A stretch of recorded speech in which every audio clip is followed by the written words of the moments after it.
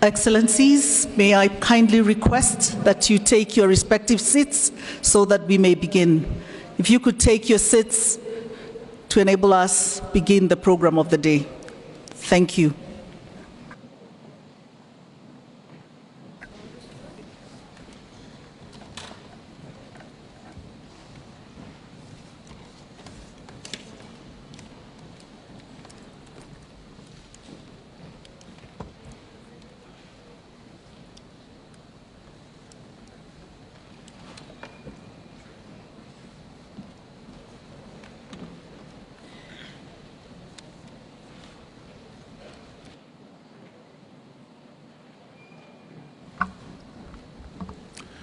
Distinguished delegates, ladies and gentlemen, honored guests, welcome to the opening of the resumed high-level segment on the occasion of the 27th session of the Conference of the Parties, the 17th session of the Conference of the Parties, serving as the meeting of the parties to the Kyoto Protocol, and the 4th session of the Conference of the Parties, serving as the meeting of the parties to the Paris Agreement. This morning, we are honored to have with us His Excellency Chaba Qureshi, President of the 77th session of the United Nations General Assembly. It is my distinct pleasure to invite His Excellency to address the plenary. Excellency, you have the floor.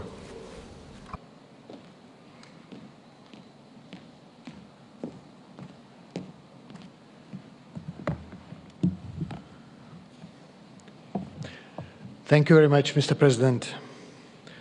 Excellencies, ladies and gentlemen, we were told many times that it is an implementation COP.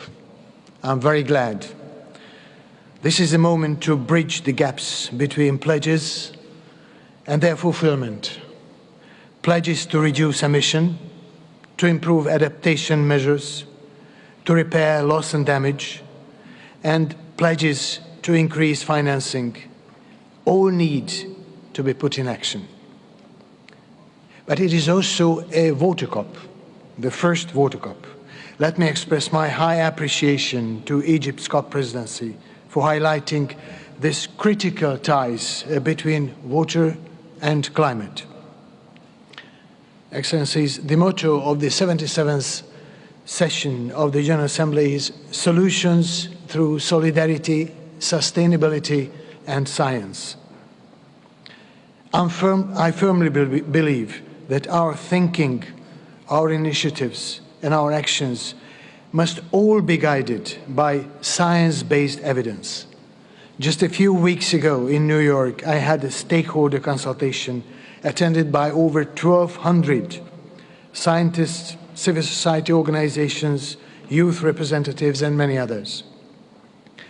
Out of these discussions emerged the so-called game changers, which have the potential to transform current policies and sustainable development as a whole.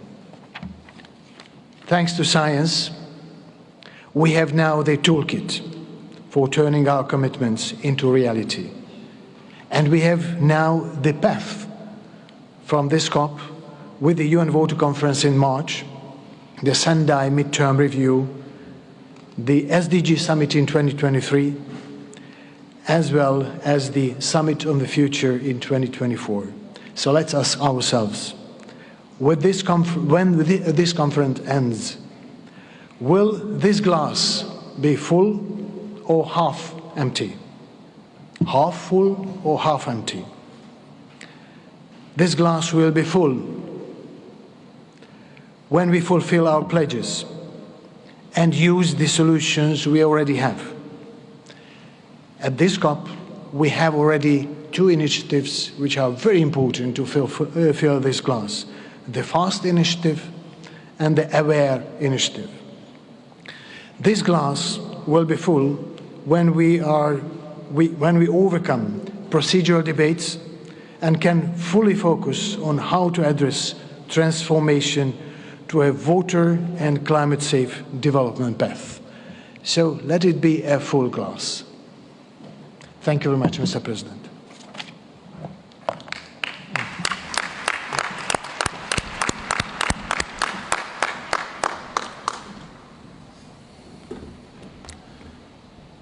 Thank you, Excellency. May I please ask distinguished delegates to remain in your seats to allow our special guests to leave the podium.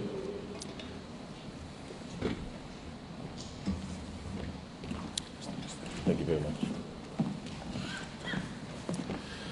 Colleagues, I now resume the joint 6th meeting of the Cop27, 6th meeting of the CMP17, and 6th meeting of the CMA4.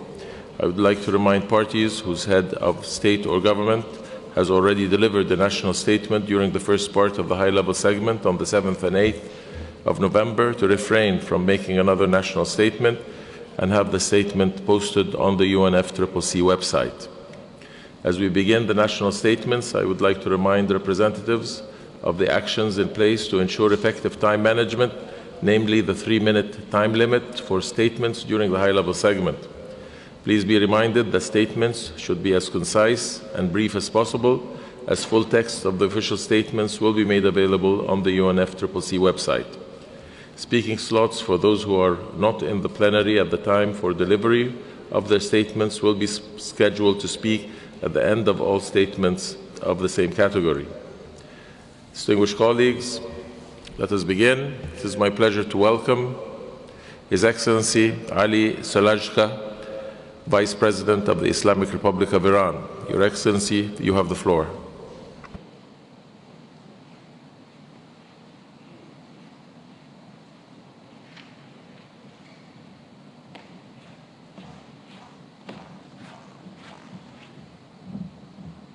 Thank you very much.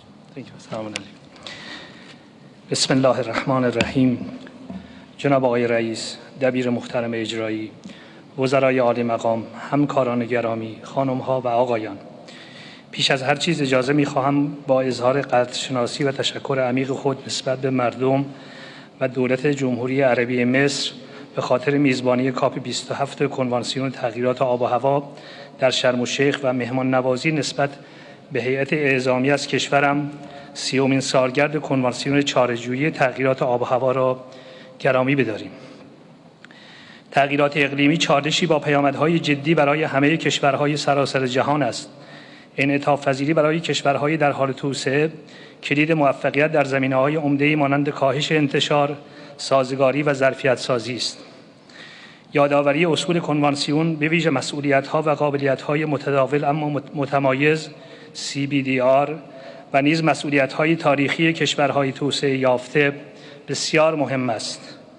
جمهوری اسلامی ایران به مسئولیت‌های مشترک اما متفاوت در قبال ظرفیت‌ها و قابلیت‌های مشترک تأکید می‌نماید. اما بدیهی است کشوری که به ظرفیت‌های بین‌المللی دسترسی کمتری دارد، مسئولیت کمتری نیز خواهد داشت. همانطور که استحضار دارید، بر اساس پایش و پیشبینی آخرین گزارش IPCC WGI در نوامبر 2022 در مورد وضعیت آب و هوا از جمله بارش و دما، روند افزایشی رویدادهای حدی جوی مانند بارانهای شدید و امواج گرما تا سال 2100 در آسیای غربی و مرکزی مشاهده می شود. علاوه بر این، مطالعات منطقه‌ای نشان می‌دهد رویدادهای حدی مانند سیل، خشکسالی و طوفان‌های شن و گرد و غبار در بسیاری از نقاط جهان پرتکرار و شدیدتر شده است که تهدیدهای جدی برای سلامت انسان و محیط زیست به شمار می‌روند. خانم‌ها و آقایان، لازم است بر ضرورت داشتن یک رویکرد متعادل تأکید نمایم. تاریخ به ما می‌گوید رویکردهای برد دوام بیشتری دارند. بیایید نگرانی‌های همه طرف‌ها را در نظر بگیریم. رویکردهای مشارکتی در کاهش انتشار و سازگاری با تغییرات آب و هوا باید فراگیر و برای همه مفید باشد. کشورهای توسعه یافته متعهد شدند در کاهش انتشار گازهای گلخانه‌ای پیشگام باشند و از طریق تأمین مالی و همچنین انتقال فناوری به کشورهای در حال توسعه از آنها حمایت کنند. وضعیت ویژه کشورهای در حال توسعه نیاز به بررسی و شناسایی بهتری دارد. ارائه حمایت کافی به موقع و قابل پیشبینی از کشورهای در حال توسعه حیاتی است. ظرفیت سازی در کشورهای در حال توسعه به آنها این امکان را می‌دهد تا مشارکت خود را در مقابله با تغییرات آب و هوایی گسترده‌تر کنند.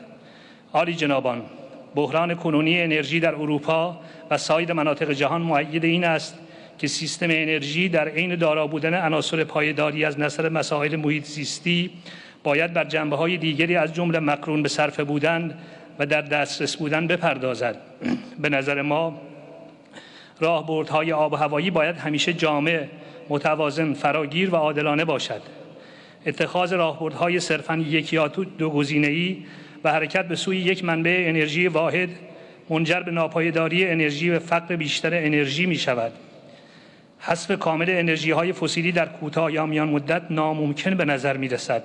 بنابراین سرمایه گذاری و ترویج استفاده از سوخت‌های کم کربن مانند گاز طبیعی و سیستم‌های ساختمانی با بهره‌وری انرژی بالا می تواند نقش مؤثر در تأمین امنیت انرژی و توسعه پایدار داشته باشد. پدیده تروریسم اقتصادی و استفاده از آن به عنوان یک اهرم تهدیدی نوظهور برای توسعه پایدار به شمار می رود. اقدامات قهری اقتصادی غیرقابل توجیه و ناعادلانه‌ای که بر کشور من تحمیل شده است، رفاه و سلامت شهروندان ما را هدف قرار داده است. این قبیل اقدامات دسترسی به منابع مالی و فناوری‌های نوین و ابزار لازم و ضروری جهت برداشتن گام‌های مؤثر ملی در کاهش انتشار و سازگاری و همچنین بهبود کیفیت هوا را محدود کرده است. به علاوه تحریم‌های غیرقانونی و یکجانبه در تضاد آشکار با دستور کار توسعه پایدار جهانی و موافقتنامه‌های چند جانبه مربوطه پیامدهایی فراتر از قلمرو سرزمین ملی ما دارد و در نهایت منجر به گرم شدن کره زمین می‌گردد. با وجود چنین فشارهای غیرقانونی، ایران با همت و تلاش دانشمندان جوان خود گام‌های مهمی برداشته و راه توسعه را به مسیر پایدار توسعه مبدل ساخته است. مایلم بار دیگر تأکید نمایم که تلاش‌های جمعی ما باید در عمل متضمن توسعه پایدار به نفع کشورهای در حال توسعه باشد. ما در قالب اجلاس وزرای منطقه‌ای در تهران در 21 تیر ماه 1401 بر لزوم همکاری‌های سازنده و عملگرایانه در چارچوب همکاری‌های منطقه‌ای تأکید کرده و تصمیم‌های مقتضی را اتخاذ کردیم. در همین راستا جمهوری اسلامی ایران آمادگی خود را برای استمرار مشارکت در فرآیندهای مذاکراتی اعلام می‌دارد. به امید اجرایی نمودن هدف مشترکمان برای حفظ کره زمین. متشکرم. Thank you.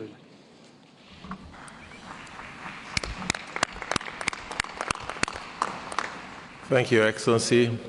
It is now my pleasure to welcome Her Excellency Fiamma Naomi Matafa, Prime Minister of Samoa. Your Excellency, you have the floor.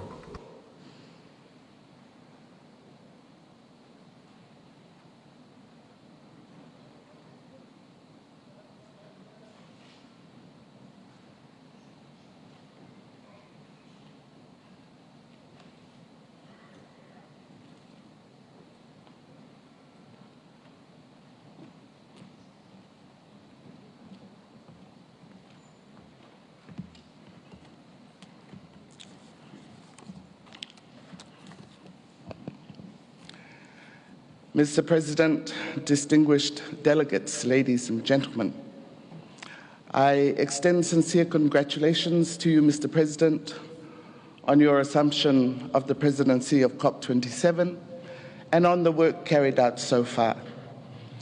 You have Samoa's full support in the successful execution of Egypt's mandate as the president. Mr. President, I have traveled thousands of miles across continents to be here. After a week in this beautiful and historic country, one has a tendency to ask oneself, are we in a better situation than we last met in Glasgow?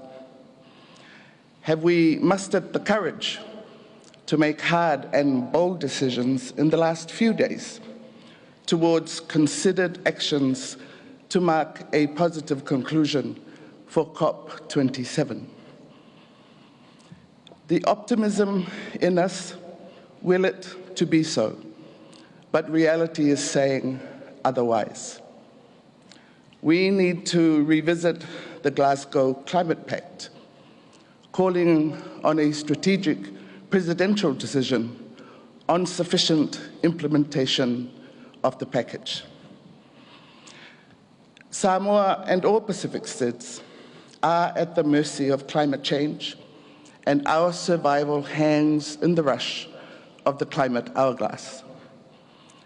The major emitters poised for commitment are far too few in number, with lackluster ambition for decent climate action. Still, we welcome those that have set concrete timetables and targets, because the threat to our livelihoods, security, and well-being is ominously real. Mr. President, why is it not possible to apply the same level of urgency of action witnessed for the COVID-19 pandemic to the meeting of the 1.5 degree Celsius promise? The science is clear and irrefutable. We are off target in achieving the Paris Agreement goal. Our focus lies squarely on actions and more actions on the ground. Continuing on the current path means severe consequences for all humankind. We must upscale ambition on climate mitigation, adaptation, loss and damage, and climate finance. Support for climate adaptation measures is of the utmost urgency, and we encourage all countries to develop and upscale their nationally determined contributions to reflect this accordingly. Samoa submitted its enhanced NDCs in July of 2021 and launched its roadmap prioritizing 21 mitigation strategies, targeting high-emitting and important sectors such as energy, tourism, marine, forestry, and agriculture, to accelerate transition to a low-carbon and climate-resilient economy. Scaled-up adaptation efforts involved the development of 43 community integrated management plans, which collectively form the basis of Samoa's national adaptation plan that is community-based and driven. To address and mitigate impacts of climate change, Samoa is continuing its nationwide tree planting campaign, which started with the planting of 3 million trees from 2009 to 2020. Currently, a national campaign has begun to plant a further 3 million trees from 2022 to 2027 to significantly enhance carbon sequestration and carbon stock. We need everyone to walk that extra mile to determine and frame the future trajectory of our planet Earth. Mr. President, increased funding for mitigation and adaptation must be found to ensure achievement of the 1.5 degree Celsius target. Loss and damage must remain firmly on the table as we continue to witness increasing occurrences of severity of climate change impacts everywhere. Currently, the financial burden for loss and damage falls almost entirely on affected countries and not those most responsible for climate change. Arrangements for the Loss and Damage Response Fund must remain a priority for all. Additional finance is critical. The promised 100 billion floor for climate action can no longer be sidelined, as this amount is already inadequate for the challenges that lie ahead. Samoa welcomes the commitments announced by several developed countries to increase their climate finance and lead in the public climate finance domain. But it is time to concretize pledges and commitments already made, or we will be left with empty promises. We must also advance beyond current promised climate finance. And this is achievable if we are serious, committed, and united. Coal use and new coal power plants must end. Fossil fuel subsidies must be phased out and resources be redirected towards mitigation and adaptation efforts. It is not too late to make Cop27 the adaptation and loss and damage COP. Mr. President, we note with apprehension the increase and frequency of natural disasters that continue to devastate countless lives, with Pakistan being the latest reminder. These environmental threats will worsen unless we commit to tangible and effective global actions. Past actions and responses have been fragmented, and the pace of action lacks urgency. Let us seize this moment to demonstrate our common humanity, our collective understanding of the challenges that we must confront together and act accordingly. We cannot afford the further erosion of trust between the developed and developing countries. Mr. President, we are alarmed by the crisis facing our ocean. Its health is under attack from ever-rising temperatures and acidification, marine pollution, ecosystem collapse, and rapid biodiversity loss. International efforts are desperately needed to reverse and improve the plight of our oceans and ecosystems. There is an inseparable bond between the ocean and the lives of our people. It is our home and a cornerstone of our culture and traditions. It provides a range of ecosystem services, anchors food security, nutrition, and decent jobs and livelihoods, protects biodiversity, provides means of maritime transportation, and form an important part of natural and common heritage. As ocean states, we firmly support placing ocean sustainability at the core of SDG 14 and ensure committed financing for ocean action. We must unite to prevent and eliminate marine pollution, including plastics, oil spills, discharge of waste, and nuclear contaminants. Plastic pollution is of serious concern. The magnitude of the crisis is such that we need to reduce, redesign, create demand for recycled content, and put basic infrastructure for collection in place. The Pacific SIDS contribute less than 1.3% of mismanaged plastics pollution in the oceans, in the world's ocean. Yet, we are grossly and disproportionately affected by its impacts. The Second World Ocean Assessment pointed out the highest quantity of floating plastics are found in the South Pacific subtropical Gaia.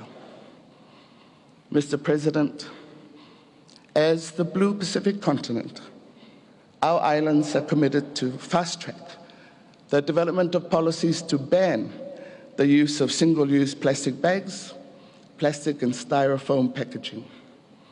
We welcome the decision to develop an internationally legally binding instrument on plastic pollution, including the marine environment, and building on the lessons learned from the BB&J process on both time and resourcing. As a global industry, shipping is responsible for 3% of global greenhouse gas emissions. Whilst progress has been achieved in effective environment management, a proactive approach is critical to ensuring sustainable practice. Hence, the resolution against shipping pollution, sponsored by the Republic of the Marshall Islands, must be supported. Samoa welcomes the call for protecting 30% of our global oceans by 2030 and commend the Blue Leaders 30 by 30 campaign.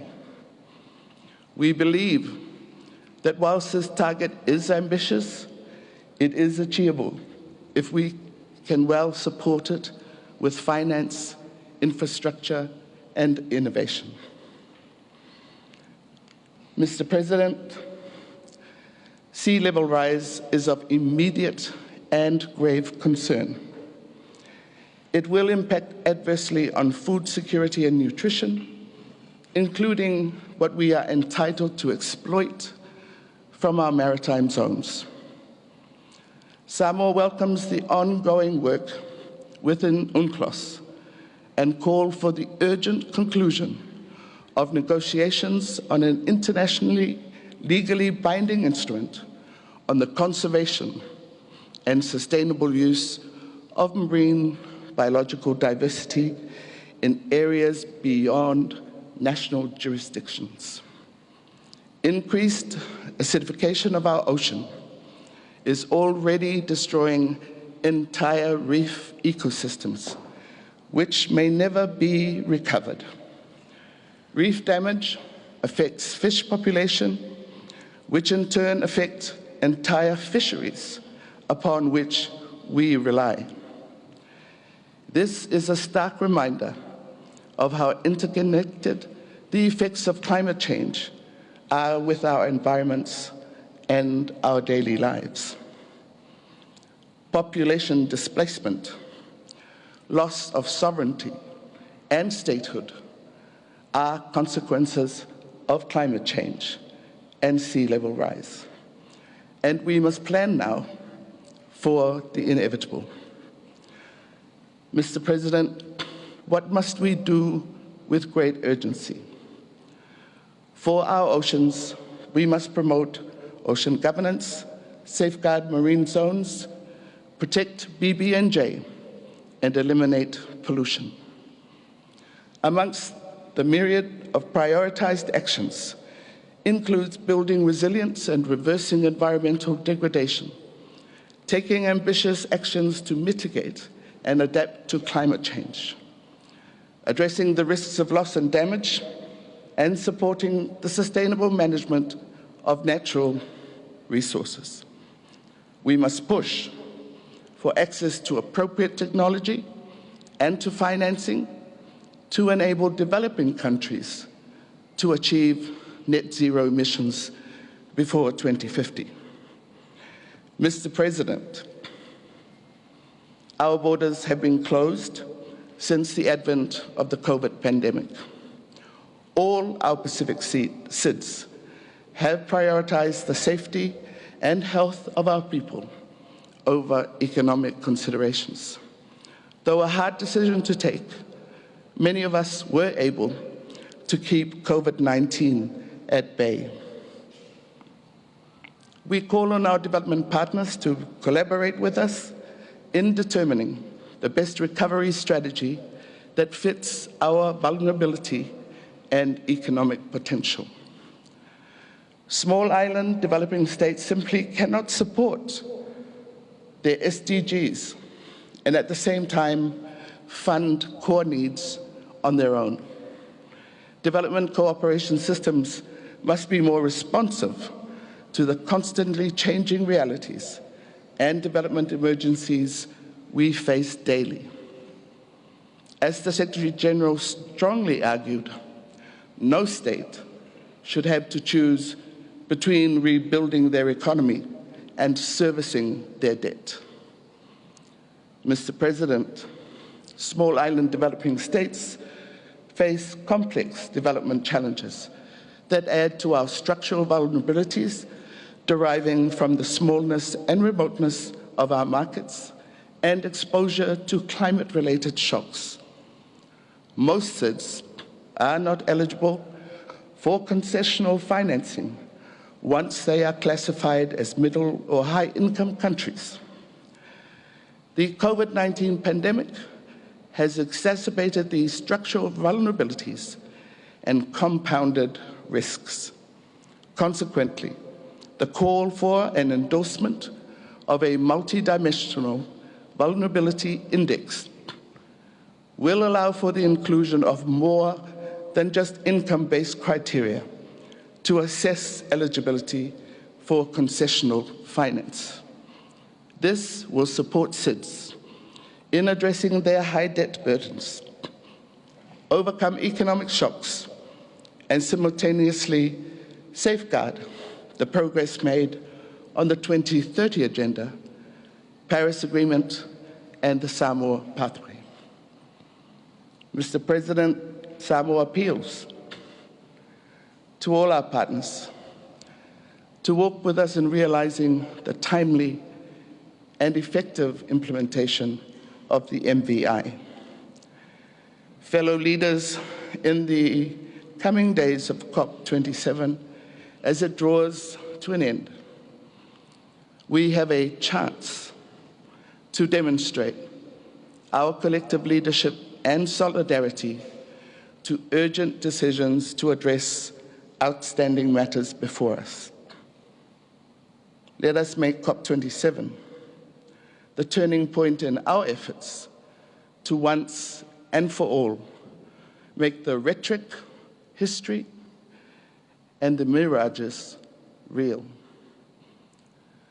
Commitment to concrete action now and elevated ambition can save our planet for future generations.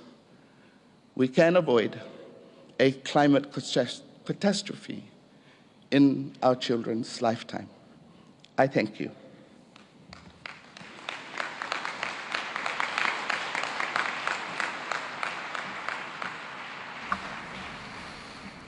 I thank Her Excellency.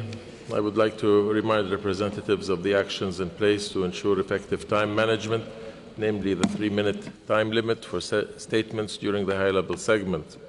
Full text of official statements will be made available on the UNFCCC website.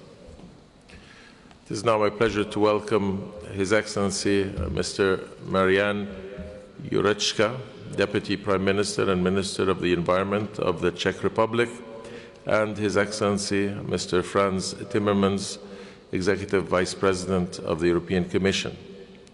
Your Excellencies, you have the floor. Mr. President, Ministers, dear colleagues, ladies and gentlemen, let me first express my thanks to the Egyptian Presidency, His Excellency Sameh Shmikri and his team for hosting this landmark international climate conference.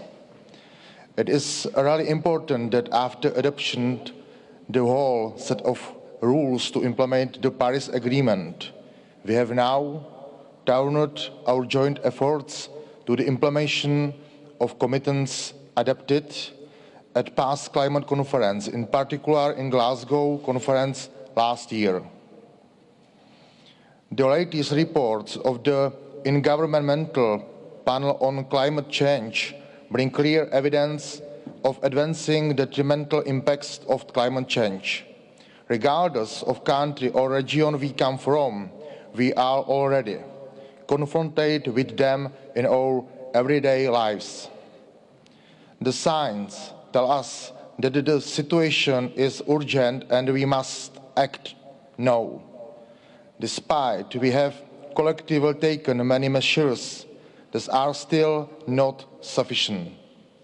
We must continue working and speed up international efforts to mitigate the detrimental climate effects and enhance adaptation to climate change.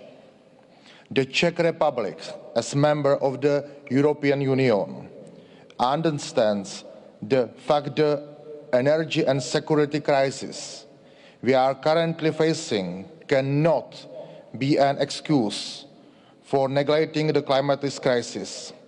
As the EU and its member states, we are jointly committed to raise our climate ambition to reduce the emissions of greenhouse gases, be at less 55% by 2030, and to reach climate neutrality by 2050. Securing this goal requires a complex of fundamental measures in transforming the way we produce and use energy, addressing economic and social implementations, and deploying innovative technology. In the EU, we are working hard on the Fit for 55 package that translates our Paris Agreement commitment into binding laws. Recently, we reached important agreement within the EU on 3 pieces of legislation that introduce new targets for emissions cuts in sectors such as buildings, road transport, agriculture, on waste, CO2 emission for new cars, land use change and forestry. Excellencies, ladies and gentlemen, the negotiation at expert level last week showed that finding solution requires mutual understanding of problems and interest of our partners. Now we, as ministers, must build on the hard work of our experts and repeat the success from Glasgow by a new success from Sharm el-Sheikh. Only that way we can keep our Paris objective alive and real. Thank you very much for your attention.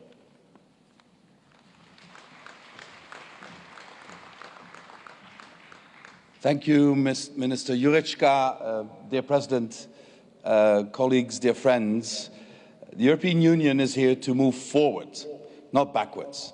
Glasgow gave us sound foundations. Here in Sharm el-Sheikh, we want to set out a path forward. In Glasgow, all of us fought hard to keep 1.5 alive. We now need to implement these plans and help each other to do so. This is the implementation COP. The President has said it many times. It is now time to deliver. In the European Union, we are delivering. Step by step, the European Green Deal is put into action. We have committed to cut our emissions by at least 55% by 2030. The target puts us on track for 1.5. In the past 2 weeks, we have already agreed 3 of the pieces of domestic legislation to get this done. We agreed how to share emission cuts among our member states, to boost our carbon sinks, and to phase out CO2-emitting cars. We're firmly on track to finalise all legislation to deliver our climate target by the end of this year. The current state of play will bring the actual emissions reductions to at least 57%. So I am happy to announce here today that the EU stands ready to update our NDC, reflecting this higher ambition. So don't let anybody tell you, here or outside, that the EU is backtracking. Don't let them tell you that Russia's invasion of Ukraine is killing the European Green Deal, that we are in a dash for gas. No, Europe is staying the course. Actually, we're even accelerating. We are saving more energy, investing more in renewables than ever before. Russia's war against Ukraine will end. Ukraine will rise and prosper. The European Green Deal will succeed. The climate crisis is ravaging our planet every day. We need to step up our act. We need to work faster on adaptation. The EU is ready to make progress on the global goal on adaptation. We are ready to address loss and damage, because too many countries cannot shoulder the climate crisis on their own. We need to close the gap on climate finance, including by collectively doubling adaptation finance. Parties that have not delivered need to take responsibility and need to deliver. We need to work with multilateral banks to get the shift of the trillions going. The EU is committed to taking concrete measures to address the gap in loss and damage, including new funding arrangements. But we need to trust each other, launch a well-designed process so that we can end with the best possible result, with the highest benefits and the most value to those that need it most. Tackling climate change will always require multiple solutions, tailored to specific needs. We know that there is no one-size-fits-all response. I hope we can acknowledge this early on and give ourselves the freedom to move forward without trying to answer every question now. Let us build a Sharm el-Sheikh process that takes all of us forward. Thank you.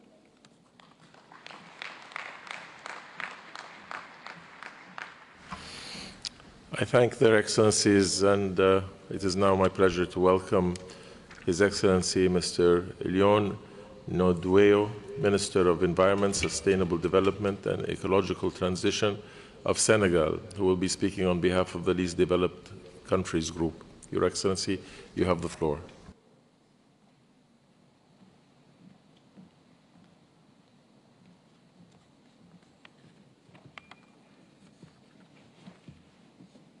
Merci beaucoup.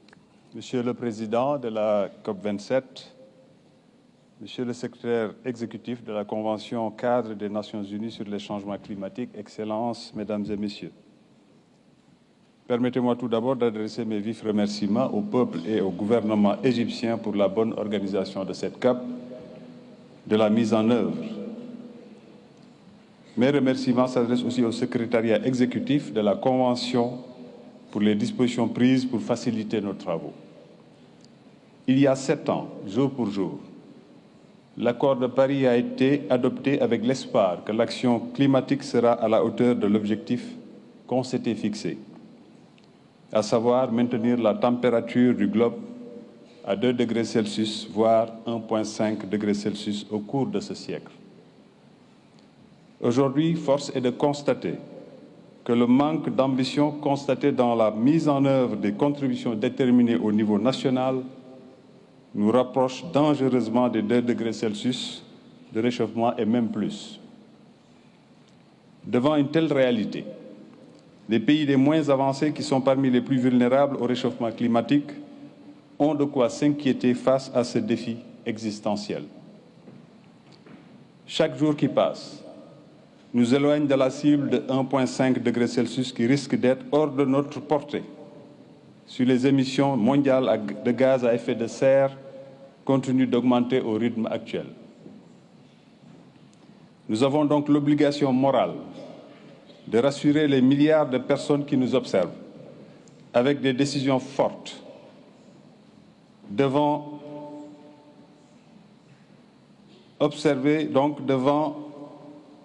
nous conduire rapidement vers une transition juste et équitable qui garantit la résilience des écosystèmes naturels et des communautés humaines les plus vulnérables.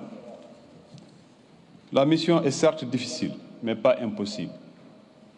Notre génération doit avoir le courage et la sagesse d'endosser la responsabilité de changer le cours de l'histoire pour transmettre aux générations futures une planète vivable. Les événements climatiques extrêmes, dont la fréquence et l'ampleur ne cessent d'augmenter, exposent des centaines de millions de personnes à une situation d'insécurité alimentaire chronique et parfois à une migration forcée pour survivre. C'est pourquoi ici à Sharm el-Sheikh, nous devons établir un fonds pour adresser les pertes et dommages dus au changement climatique, opérationnaliser le réseau de Santiago et définir une meilleure gouvernance du mécanisme international de Varsovie sur les pertes et dommages.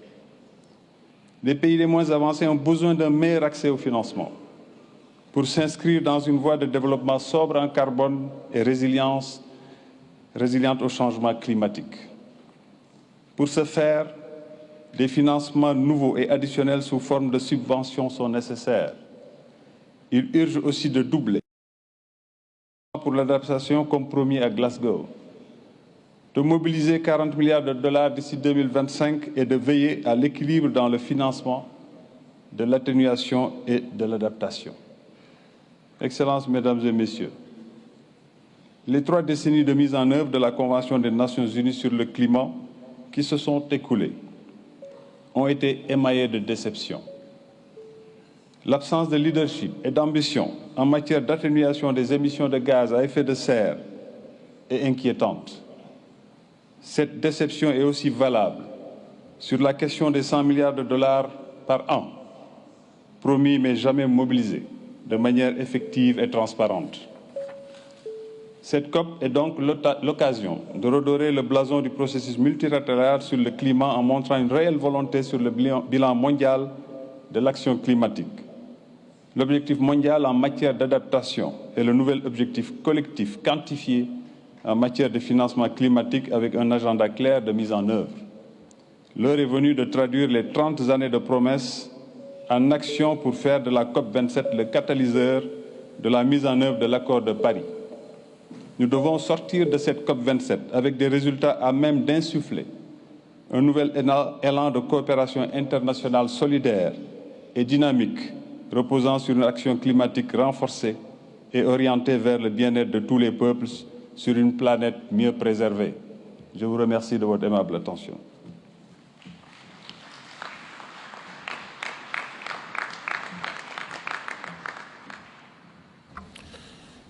Thank you, Your Excellency. It is now my pleasure to welcome Her Excellency Tanzila Kamaranova Narieva, Chairperson of the Senate of the Republic of Uzbekistan. Your Excellency, you have the floor.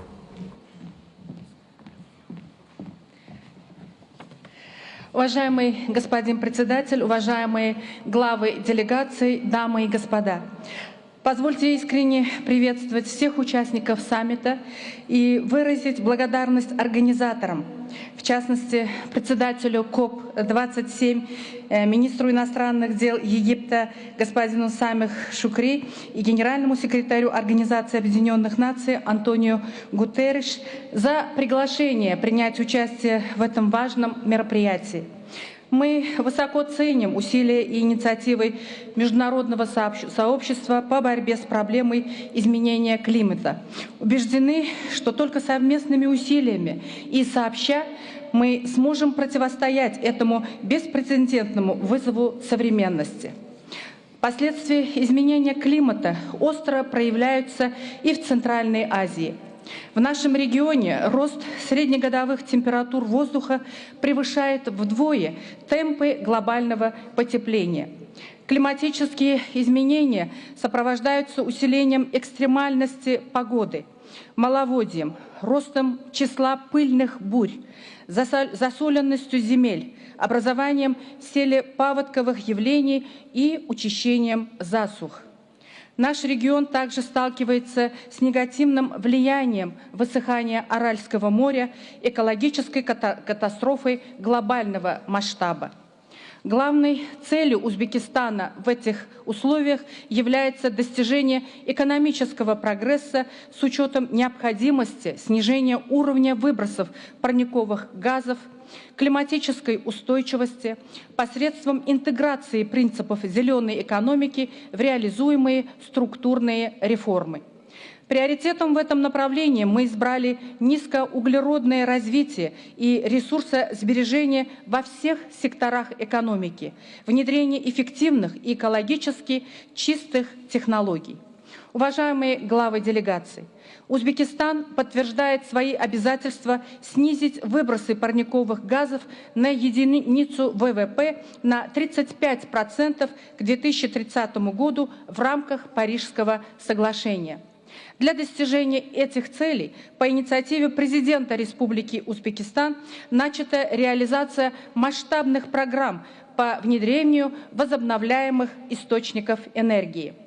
К 2026 году планируем увеличить долю зеленой энергетики до 8 тысяч мегаватт, что позволит сократить выбросы углекислого газа на 5 миллионов тонн. К 2030 году энергоэффективность экономики планируется повысить вдвое, а долю возобновляемой энергии минимум до 25%. Мы приняли общенациональный проект «Яшель-Макен» «Зеленое пространство», который предусматривает ежегодную высадку 200 миллионов деревьев и кустарников. В результате через 5 лет площадь зеленых насаждений в наших городах увеличится с нынешних 8 до 30%. В целях эффективного использования водных ресурсов в стране осуществляются масштабные реформы с широким внедрением водосберегающих технологий. Узбекистан предпринимает решительные действия для решения проблем, связанных с Аральским кризисом. На осушенном дне Аральского моря за последние 5 лет высажено более 1,7 миллионов гектар лесных насаждений, а к 2026 году этот показатель составит до 2,5 миллионов гектаров или почти 80% территории. Специальной резолюцией Генеральной Ассамблеи ООН регион Приоралья объявлен зоной экологических инноваций и технологий. Надеемся на активное участие партнеров в деятельности многопартнерского трастового фонда ООН по человеческой безопасности для региона Приоралья для решения экологических и социальных проблем нашего региона. Уважаемые друзья, Узбекистан готов к активному сотрудничеству с международным сообществом, направленным на обеспечение безопасного и устойчивого развития, построение климатоустойчивого будущего. Мы выступили с предложением создать региональный климатический совет, который позволит повысить эффективность сотрудничества в продвижении проектов климатической адаптации, борьбы с опустыниванием и деградацией земель, внедрение водосберегающих технологий. Благодарю вас за внимание.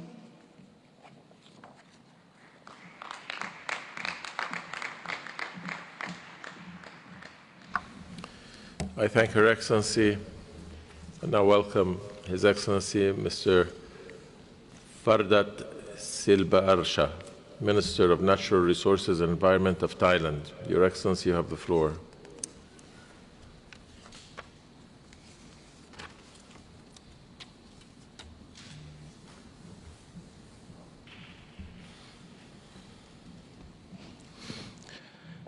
Mr. President, Excellencies, distinguished delegates, a very good morning and Swadee Krap.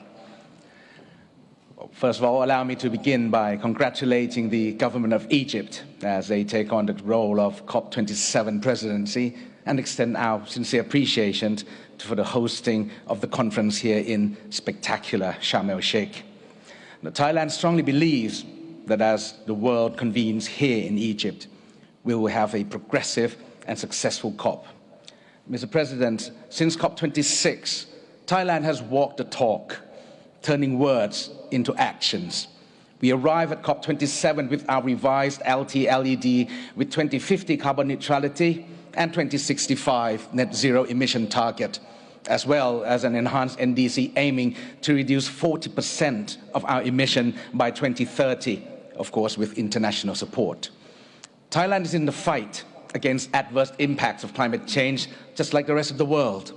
The sufficiency economy philosophy pioneered by His late Majesty King Rama IX has been the core guiding principle of the development of our national adaptation plan, particularly to promote climate-resilient communities. And moreover, Thailand is actively promoting the bio-circular green economic model. And as a host of APEC, we are optimistic that the Bangkok goals on BCG economy will be the key outcome that helps to synergize cooperation for sustainable growth, climate action, biodiversity conservation, and waste management. Mr. President, no one is spared from climate-induced disasters. In response, we have accelerated our mitigation actions in all sectors. We aim to increase the production of zero-emission vehicles to 30% by 2030. The shares of renewables in electricity generation by at least 50% by 2050, and support the commercialization of carbon dioxide removal technologies before 2040. We are also promoting substitutions in cement and cooling industries and piloting on alternative rice farming technique. We also aim to increase our forest area to 55% to boost our carbon sink by 2037. And meanwhile, to explore the cooperative approaches, Thailand has prepared the national guidelines and mechanisms on carbon credit management. And we are one of the world's first countries to practice ITMOs under the Article 6.2 of the Paris Agreement. Mr. President, Thailand firmly believes that we have gathered here to do more than just talk. We need actions on all fronts, and we do need it now. And I truly believe in humanity to consciously and collectively define our future. I am confident that working together, we will be able to fight against this common enemy we ourselves created. And only together, ladies and gentlemen, shall the impossible become possible. Thank you very much. Khop kun krap.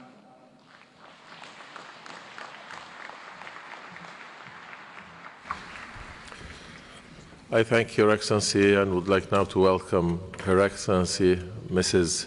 Bonkam Vorashiet, Minister of Natural Resources and Environment of the Lao People's Democratic Republic. Your Excellency, you have the floor.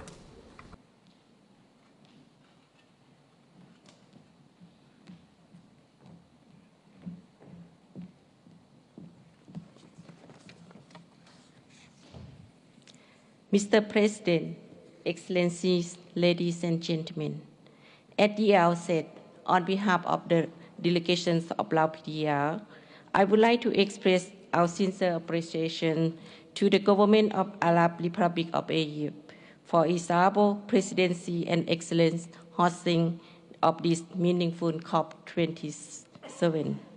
Mr. President, having recognized the importance of combating climate change, the government of Lao PDR has been working attentively with relevant international organizations, development partners, and all relevant stakeholders, including young generation, to develop informed and sound climate change policies, including updated national climate change strategy towards 2030, updated national determined contribution 21 to 25, and mainstreaming climate change adaptation and mitigations measures into financing strategy for the 9th National Socio-Economic Development Plans 21 to 2025. Currently, we are working on forestry carbon sequestration, clean energy, clean industry, electric mobility, circular economy, and carbon financing instruments. All of these strategy and action could help Lao PDR to pursue its path to decouple greenhouse gas emissions from economic growth and to achieve net zero emission by 2050. To this end, there is pressing need for adequate financial resources, technical support, for gaining access to climate finance and other sources of funding to support our country as LDC, LLDC, to achieve development goals and commitments made under the Paris Agreement. In this regard, we call for living a political will coupled with concrete outcome of measures taken by international community during this COP27 to preserve our only one planet for our generation to come. At the same time, I call upon other development partners and donor countries to fulfill their commitments to good faith in this regard. Mr. President, let me conclude by reaffirming the government of Lao PDR firm commitment to the Paris Agreement and the 2030 Agenda for Sustainable Development to combating climate change. Take this opportunity, I would like to express my heartfelt gratitude and appreciation to their international community for continued support and assistance to the Lao PDR for our efforts towards climate change adaptation and mitigation. Thank you. ขอบใจหลายๆ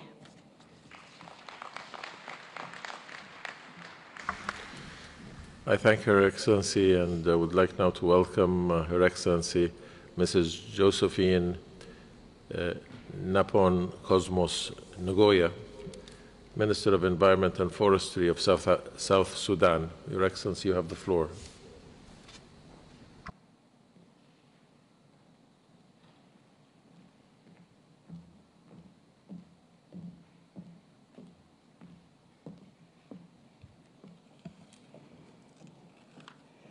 Mr. President, honorable ministers, heads of delegation, distinguished guests, ladies and gentlemen, good morning.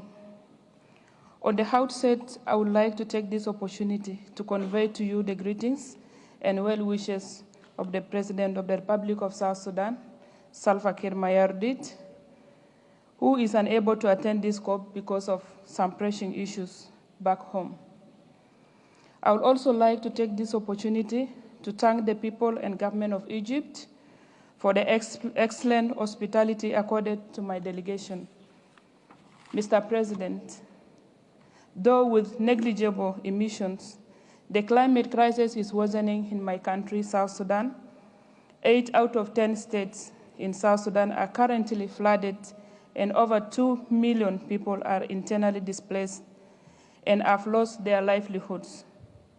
Besides the flooding, droughts, excessive heat waves, haphazard rain patterns have resulted in crop failure, thus impacting the livelihoods of our people. Over 60% of our people are now categorized as food insecure. Therefore, life-saving interventions are needed urgently. Hence, the prospect of climate-induced displacement and climate refugees will become a new normal. To address the impacts of climate change, environmental degradation, biodiversity loss, and pollution, South Sudan, besides its ambitious second nationally determined contributions, NDC, and its first national adaptation plan, and the national biodiversity strategy and action plan, is currently developing a cost-effective nature-based solutions to address the recurring droughts, floods, land degradation, deforestation, crop failure, and biodiversity loss. Mr. President, our environment requires us to change our attitudes and embark on ambitious nature-based solutions by actively protecting, sustainably managing, and restoring degraded ecosystems that are source of our food, water, energy, wealth, and livelihoods. As a region most affected by the impacts of climate change, South Sudan would like to underscore the importance of adaptation.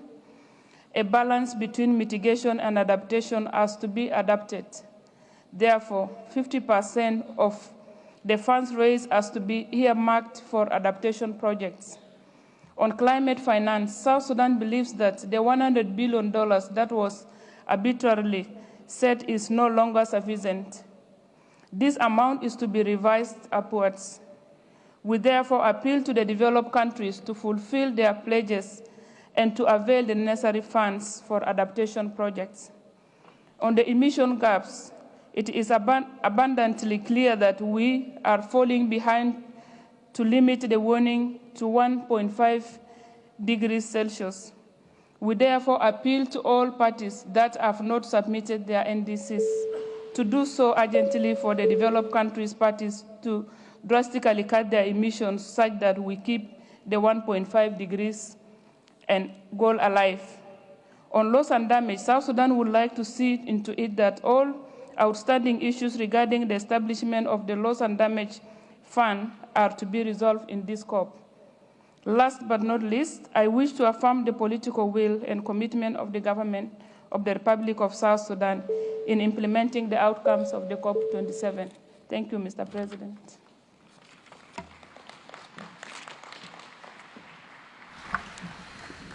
I thank Her Excellency and would like now to welcome Her Excellency Mrs. Joel Clark, Minister of Sustainable Development, Environment, Climate Action, and Constituency Empowerment of St. Kitts and Nevis.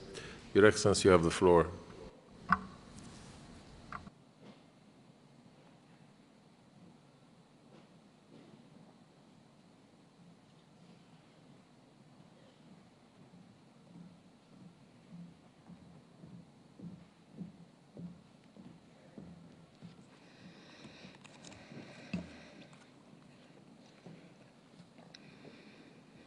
Presidents, Prime Ministers, Excellencies, I am honored to join you at this critical event, the most prominent stage for climate action.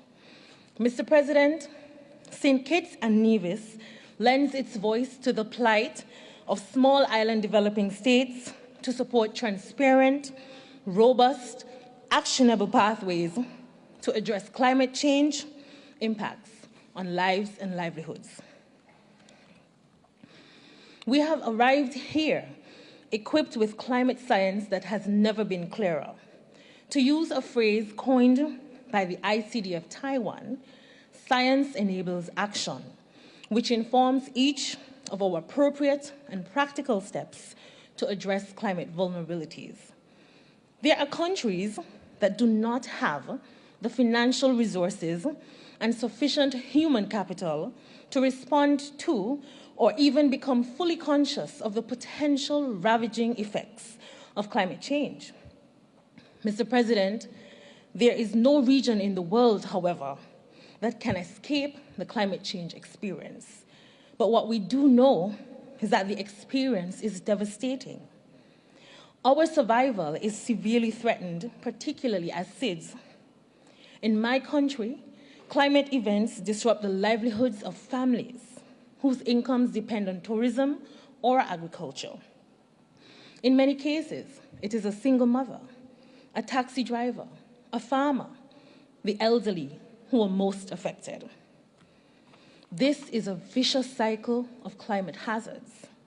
We lose lives, income scarcity, scarcity of food and water, problems with health and wellness, higher costs of living, and the disruption of our families.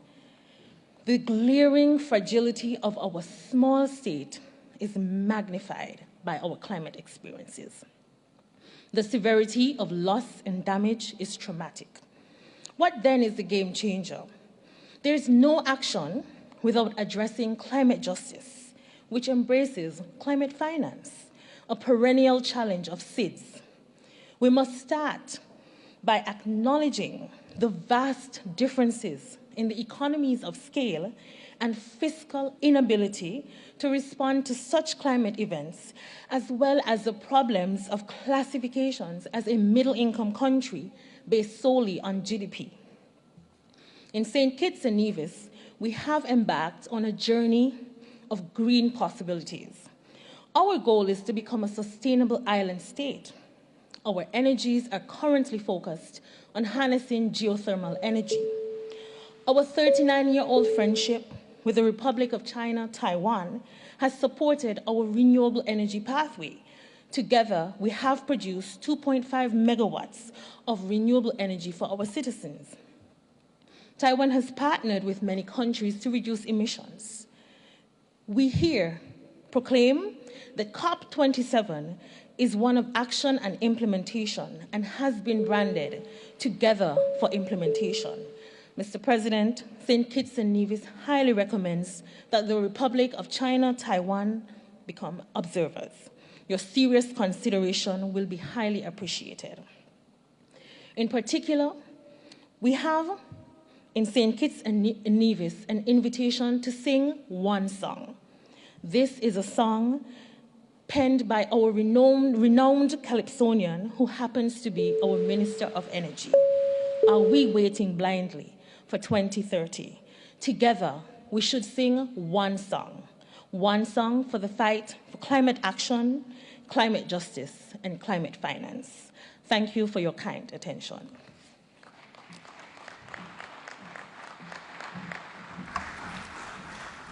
I thank Her Excellency and would like now to welcome Her Excellency Mrs. Esa Sharon Morna Niue, Minister of Natural Resources of Niue. Your Excellency, you have the floor.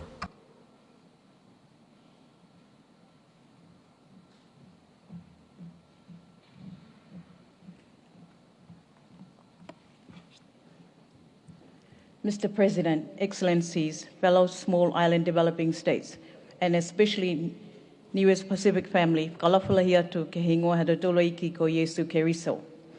I stand before you today to amplify our voice to the many issues that have been made on this podium over the last 10 days and many years before. I stand on the shoulders of my ancestors, beating and echoing the drums for our survival, for our future and the generations yet to come. The drum beats are getting louder, with greater urgency for action. Cop27 is an implementation COP. Let's make it happen. Let's turn those drumbeats from our islands to be sounds of celebrations, sounds of action, and not sounds of despair. We call for timely access to climate finance, delivered through modalities with the least amount of transaction cost and commensurate with our absorptive capacity. These are the sounds that we seek, and we look to you, our partners, to join our journey. Let's honor the drumbeats by availing those climate funds promised to us. Expedite their release so we can address loss and damage, and streams of program activities set out for execution and work in unity to reach a common goal. Niue have done everything that we possibly can to access climate finance to help us mitigate and adapt. There are large disparities in accessing climate finance. This is an unacceptable situation for island countries whose existence is under threat. Niue continues to take bold steps with a new innovative solution. We do this because we simply do not have the time to navigate the camel's eye, to find the passcode, to unlock the elusive treasure chest. We have developed a homegrown, innovative solution to raise funds for climate adaptation and mitigation, using our blue ocean and through our commitments on ocean conservation and protection. This is a world-first environment and non-financial instrument called Ocean Conservation Unit. Our objective is to establish a new and ocean-wide trust fund that can provide a consistent funding stream to help our climate mitigation and adaptation priorities.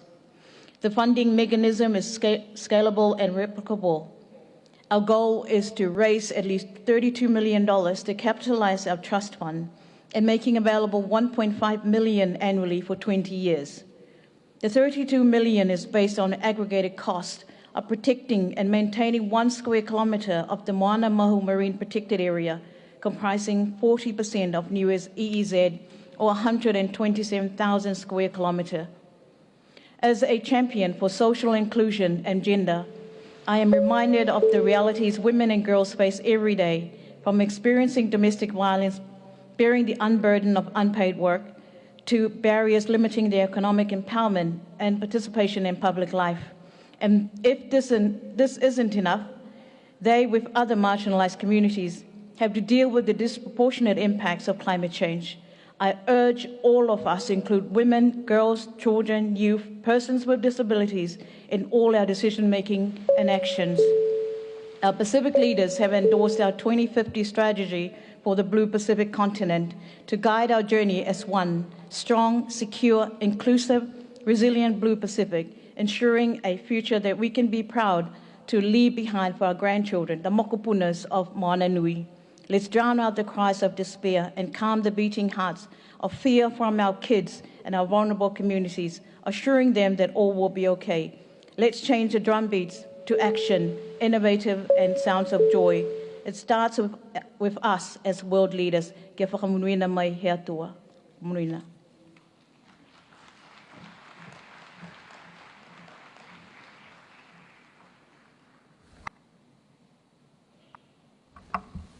Thank you, Your Excellency. It is my pleasure to welcome His Excellency Mr. Habib, Minister of Sustainable Development, Climate Change and Disaster Risk Management of Belize. Your Excellency, you have the floor.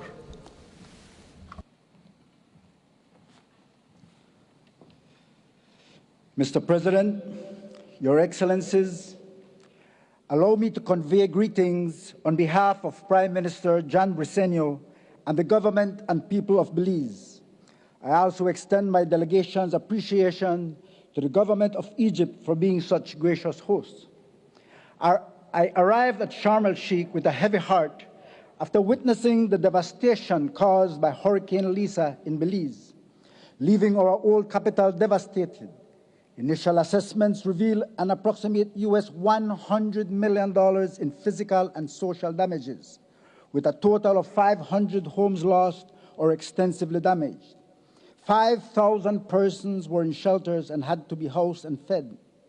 Losses of this singular event are estimated at about 10% of our national budget, not accounting for ripple effects, including social and health impacts. Monies that could otherwise be used for health, for education, and poverty alleviation. Unfortunately, such catastrophe is just a testament to the impacts of the climate emergency, which regrettably is a forerunner of a new hostile global climate regime of our own making. Mr. President, this COP is an implementation COP. We need action. Where are those actions? In how many COPs have we been arguing for urgent climate action? And how many more do we need to have? How many lives do we need to sacrifice to solve the biggest crisis we face in our civilization? Belize joins other nations in expressing its profound sympathies to the people of Cuba, Puerto Rico, Canada, Nicaragua, El Salvador, and the United States of America, who have been devastated by the passage of Hurricane Julia, Ian, and Fiona, which were described as some of the strongest Atlantic hurricanes in modern record. Lives were lost and livelihoods upended. Hurricane Fiona caused flooding, destruction of residential housing, and infrastructural damage all across Belize due to heavy torrential rains and strong winds.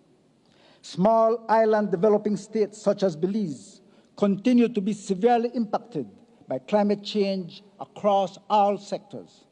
SIDS continue to face natural, health-related, social, and economic shocks that are beyond domestic control. The growing vulnerability of SIDS is a direct consequence of being in climate-sensitive zones and are especially prone to the destructive impacts of climate change, with damage costing approximated $12.6 billion per annum. Losses due to natural hazards exceed an average of $46 million per year in Belize. Even in the face of these challenges, Belize continues to implement targeted actions to mitigate and to help our people to adapt to the impacts of climate change. Belize's updated NDC shows a 5% increase in overall commitment.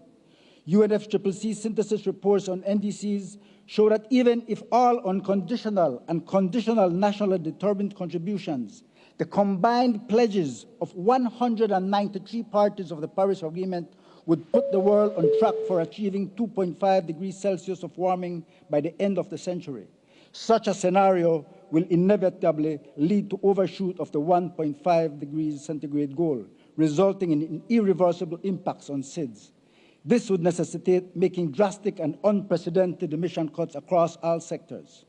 We join the call for the fossil fuel non-proliferation treaty. We need stronger commitments and actions from the G20 and other large polluters. We need to keep 1.5 alive. Mr. President, urgent actions need to be implemented for the reduction of emissions from critical sectors such as energy, transport, forest, waste, and agriculture. Belize continues to prioritize its critical forest resource with effective policies, strategies, and meaningful actions, resulting in a national forest cover of over 60%. As we endeavor to build our current efforts, market-based approaches become increasingly important if we are to achieve the further emission cuts committed in our NDC.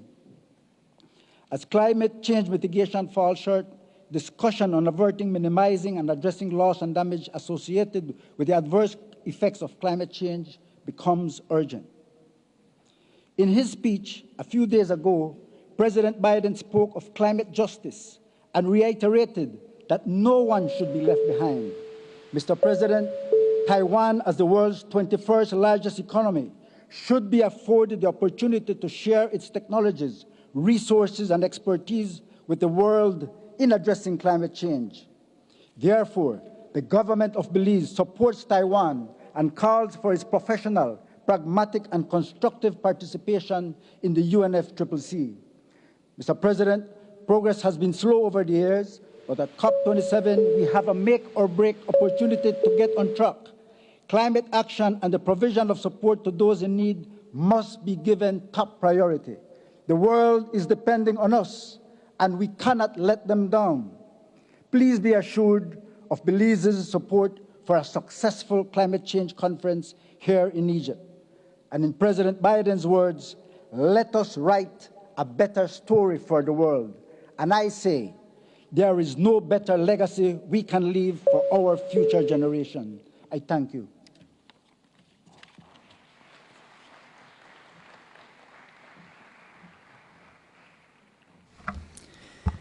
Thank you, Your Excellency.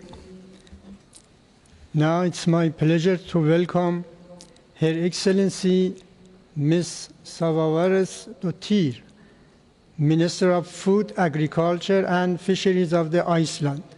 Your Excellency, you have the floor.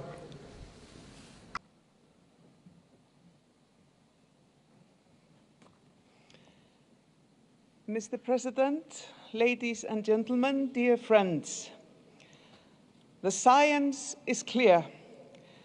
Recently, new reports, there among publications from the IPCC and the UNEP, all state the same scientific evidence, the stark reality of climate change. We are already seeing shocking extreme weather events around the globe. We see extensive water shortages from shrinking glaciers and snowpack, global sea level rise from ice sheet and glacier loss, wildfires, floods, and landslides. But these are just a mild prelude to the catastrophes ahead if we do not act now and act fast. Tomorrow, Iceland and Chile will launch an initiative called Ambition on Melting Ice, where at least 18 countries have confirmed their willingness to join. The initiative has a clear goal to protect the frozen areas on our Earth through vigorous climate action. It is not only a matter for mountain and polar nations alone, it is a matter of urgent global concern. All of us need to make it a priority to reduce emission. This is a matter of urgency. As a part of this important path, the Icelandic government has decided not to issue any licenses for oil exploration in Iceland's exclusive economic zone. Further, the Icelandic government will propose to Parliament to ban all oil exploration within the economic zone of Iceland. Ladies and gentlemen, the science tells us that the changes will be vastly greater if we don't manage to keep warming within 1.5 degrees Celsius. This fact alone should inspire us to cut emissions. Iceland has set itself an ambitious independent national target of a 55% reduction in emissions, for which Iceland is directly responsible for by 2030 compared to 2005 levels. Iceland also participates in reaching a 55% reduction target in emission with Norway and the European Union. Iceland emphasizes that we must keep the goal on 1.5 centigrades alive, but as it stands, we are heading the wrong way. While we need to lower our emissions to resist climate change, we also need to adapt to those changes already occurring and that will magnify in the future. Adaptation is an increasingly important issue for Iceland, both domestically and internationally. Iceland has increased contributions to international climate finances with special emphasis on adaptation and will continue to do so. Among Iceland's biggest threats from climate change are ocean acidification, melting ice, both glaciers and permafrost, sea level rise, and changes in precipitation.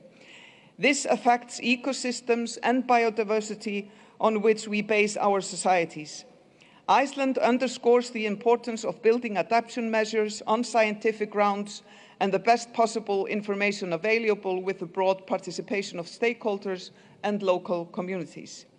Food systems are an example of the transboundary implications, as many countries are reliant on products from multiple parts of the world. Iceland is an example of this, with geographical setting in the middle of the North Atlantic and reliant on imported food and supplies for food production. Ladies and gentlemen, knowing that, here is the place where we can really make changes. Let's be those who are and will be remembered for taking responsibility, be brave, and let's be the catalyst of change. Thank you.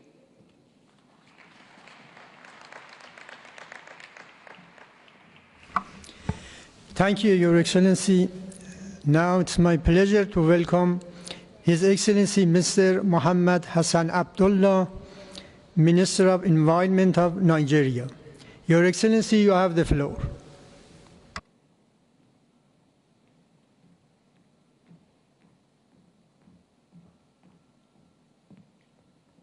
Thank you, Mr. President. I present the statement of His Excellency President Muhammadu Buhari, the President of the Federal Republic of Nigeria, and the Chairman, Conference of Head of States and Government of Pan-African Great Green Wall.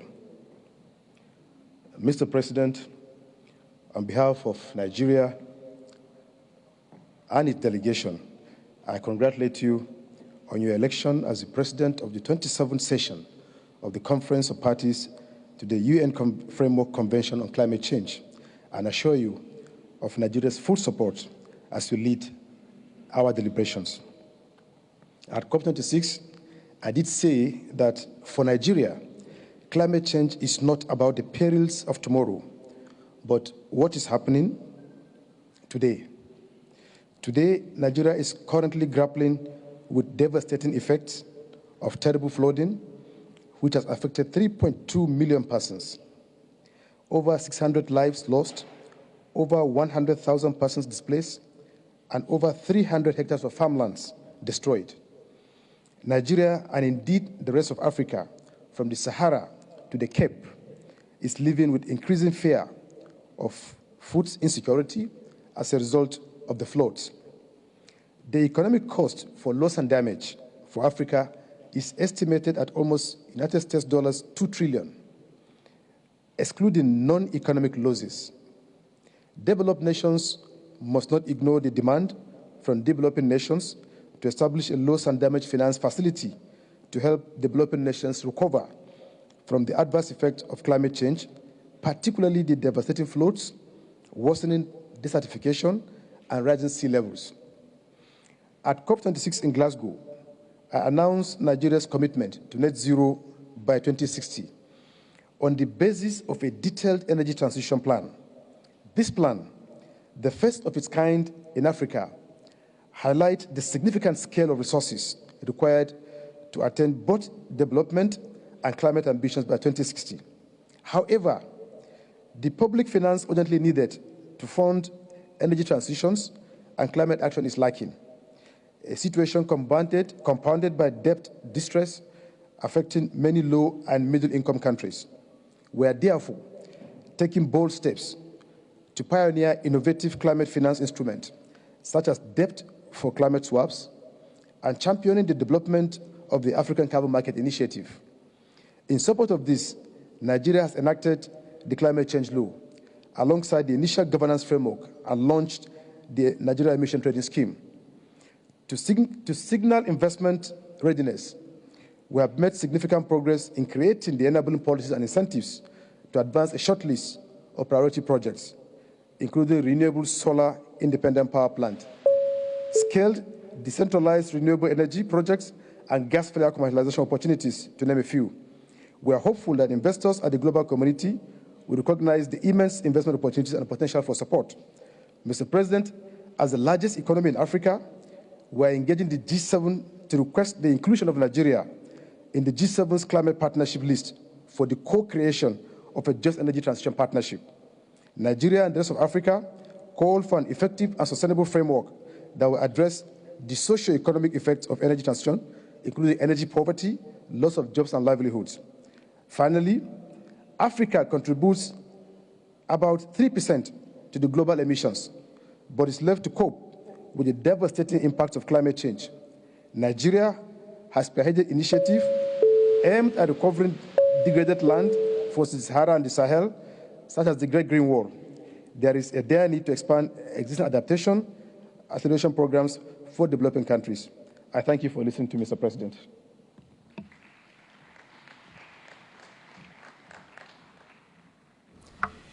Thank you, Your Excellency.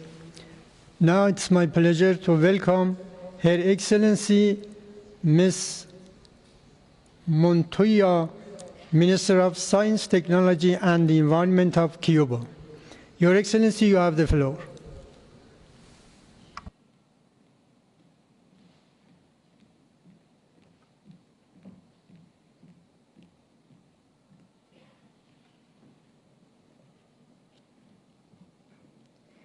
Buenos días, señor presidente, excelencias, distinguidas ministras y ministros.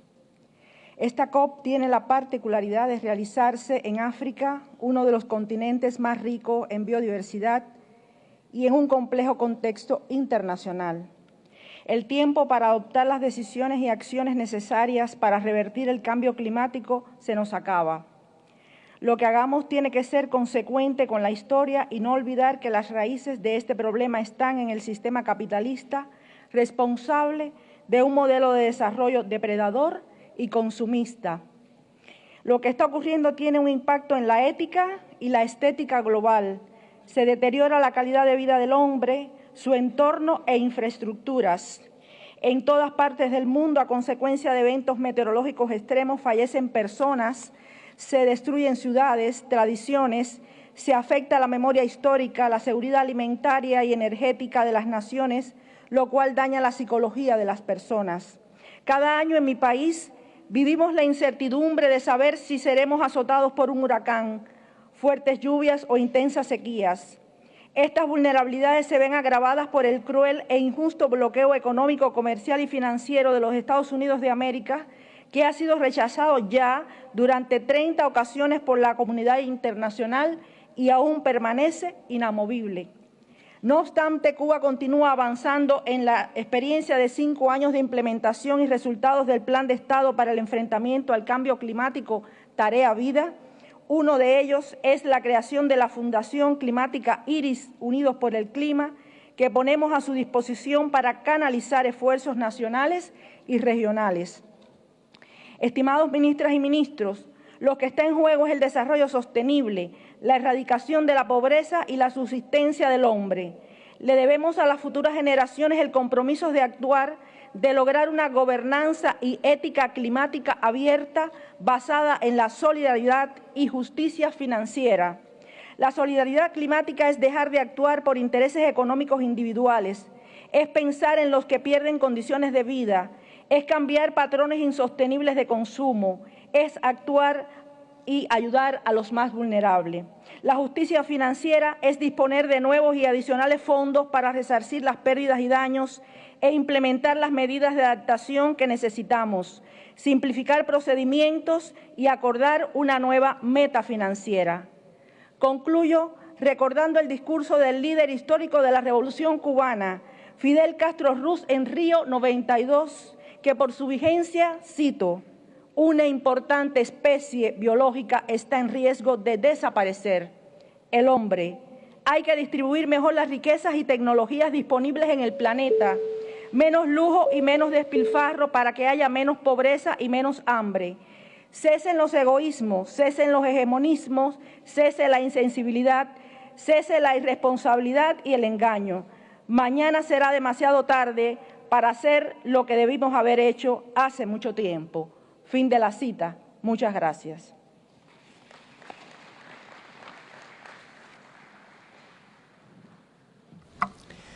Thank you, Your Excellency. It is my pleasure to welcome His Excellency Mr. Murat Kurum, Minister of Environment, Urbanization and Climate Change of Turkey. Your Excellency, you have the floor.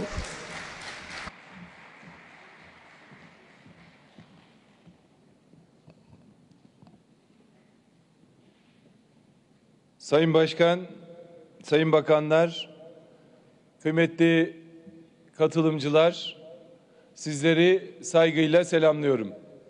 27. Taraflar Konferansı toplantılarında alınan kararların ortak evimiz dünyanın ve insanlığın geleceği adına hayırlı sonuçlar getirmesini diliyorum. Bugün bir araya gelmemizin temel sebebi iklim değişikliğiyle mücadele. 1,5 derece hedefini erişilebilir kılmaktır. Paris Anlaşması'nı uygulamak artık bir tercih değil, tüm ülkeler için bir zaruriyettir. Bu anlamda hepimiz etkin politikalar üreterek ülkelerimizdeki yeşil dönüşümü başarılı bir şekilde gerçekleştirmek zorundayız. Cumhuriyetimizin 100. yılına girerken Cumhurbaşkanımızın ortaya koyduğu Türkiye Yüzyılı vizyonumuz doğrultusunda ülkemizin 2053 net sıfır emisyon hedefiyle yine iklim değişikliğiyle mücadelemizde yeni bir dönemi başlatmış bulunuyoruz. Yeşil alan miktarının arttırılmasından doğa koruma projelerine, yenilenebilir enerjiden altyapı çalışmalarına, sürdürülebilir belediyecilikten her açıdan kendi kendine yeten şehirler hedefiyle enerjisini israf etmeyen, engelsiz, erişilebilir şehirler kurmak için çalışıyoruz. Çevre, insan ve doğayı merkeze alan, dünyaya ve insanlığa yeni form ve yorumlarla sunduğumuz Türkiye Yüzyılı'nın muhteşem Türk şehirleriyle amacımız hiç kimseyi ve hiçbir yeri geride bırakmamak. Saygıdeğer misafirler, bu önemli çalışmalarımızın neticesinde iki önemli kararımızı sizlerle paylaşmak istiyorum. Birincisi, iklim değişikliğiyle mücadelede önemli bir referans olacak Türkiye'nin ulusal katkı beyanını katılımcı ve şeffaf bir anlayışla tüm kurumlarımız ve özel sektörle istişare ederek bilimsel bir yaklaşımla hazırladık. Ekonomi genelinde 7 emisyon azaltım sektörünü ve uyum bileşenini içeren belgemizi bir öncekinden daha iddialı hedeflerle ülkemizin yeşil dönüşümünü gerçekleştirecek 2053 net sıfır emisyon hedefimize uygun olarak güncelledik. Bu kapsamda Türkiye olarak 2030 yılı için %21 olarak açıkladığımız artıştan azaltım hedefimizi %41'e yükseltiyoruz. Böylece ülke olarak 2030 yılı için yaklaşık 500 milyon ton emisyon azaltımı yapmış olacağız. İkinci olarak en geç 2038 yılında emisyonlarımızı tepe noktasına ulaştıracak ve net sıfır emisyon hedefimize güçlü politikalarımızla ilerlemeye devam edeceğiz. Ayrıca ulusal katkı beyanımız uyum kapsamında öngördüğümüz politikaları da içermektedir. Enerjiden sanayiye, ulaştırmadan binalara, atık sektöründen yutak alanlara kadar tüm sektörlerimize ilişkin iklimle alakalı her alanda dönüşüm süreçlerini yaşayacağız. Öncelikle 2023'ün Mart ayında yollarda olacak Türkiye'nin yerli ve milli otomobili TOG'un ülkemizin ve dünyanın yeşil dönüşümüne önemli katkılar sağlayacağına inanıyoruz. Saygıdeğer Emine Erdoğan hanımefendinin himayelerinde yürüttüğümüz sıfır atık hareketiyle iklim değişikliğiyle mücadeleye katkı sağlıyoruz. Türkiye ile Birleşmiş Milletler arasında imzalanan küresel sıfır atık iyi niyet beyanı ile bu hareket artık küresel bir çevre seferberliğine dönüşmüştür. Bu çabaların tüm ülkeler ve uluslararası platformlar tarafından desteklenmesi ortak evimiz dünyanın geleceği için elzemdir. Türkiye'nin yeşil dönüşümünü gerçekleştirmek için bir diğer önemli adımımız da iklim değişikliği kanunu taslağının meclisimizde yasalaşmasıdır. Türkiye çıkaracağı iklim kanunuyla iklim değişikliğiyle mücadelesinde çok daha etkin ve kararlı adımlar atacaktır. Değerli katılımcılar, Türkiye çevre ve iklim politikalarını hayata geçirme noktasında güçlü ve öncü ülkelerden biridir. Ev sahipliğini yaptığımız G20 Dünya İnsani Zirvesi, Akdeniz'i korumak için gerçekleştirilen Cop27 ve Birleşmiş Milletler Habitat toplantıları gibi pek çok uluslararası toplantının başarılı bir şekilde gerçekleştirilmesini sağladık. Ve sahip olduğumuz bilgi ve tecrübeler doğrultusunda 2026 yılında yapılacak 31. Taraflar Konferansı'na Türkiye olarak ev sahipliği yapmayı arzu ediyoruz.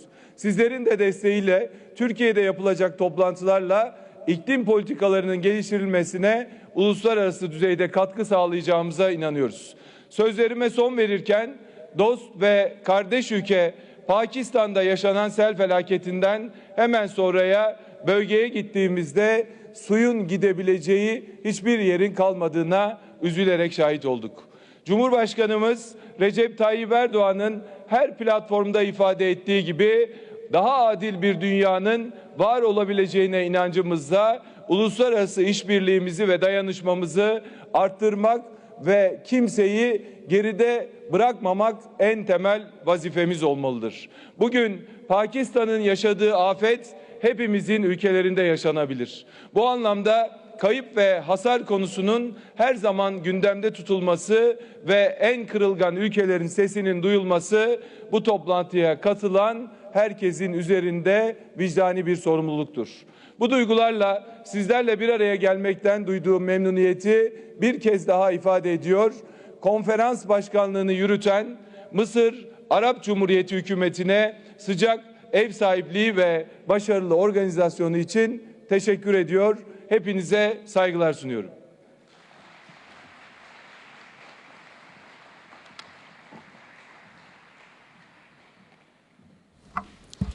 Thank you, Your Excellency. It is my pleasure to welcome His Excellency Mr. Jadabo, Minister of Climate Change and National Resilience of Nauru. Your Excellency, you have the floor.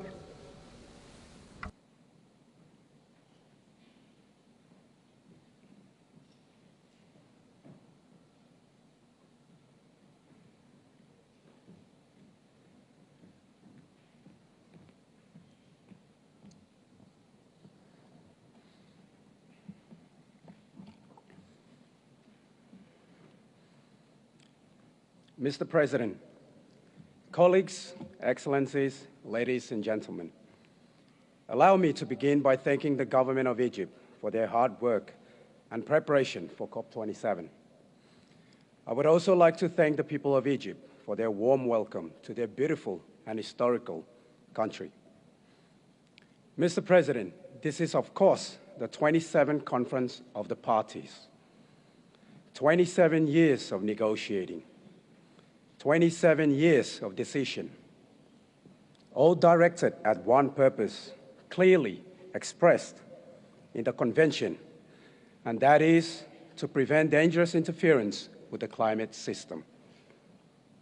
Mr. President, I hope you would agree that we are well past dangerous. I would rattle off the list of impacts on vulnerable countries like my own, but you have heard them all before. You will likely hear several variations of that same list throughout the day. We have all heard them many, many times for the past 27 years. For 27 years, small island nations have made appeals to our common humanity, to our shared values. We have placed our full trust in Western experts who have pushed false solutions and urge us to compromise for the good of the process. We have allowed ourselves to become props in environmental campaigns. Aspiring international celebrities have launched entire career on the back of our projected demise. It is hard to conclude that this strategy has been anything but a failure. The decision makers, those with real powers, simply do not care.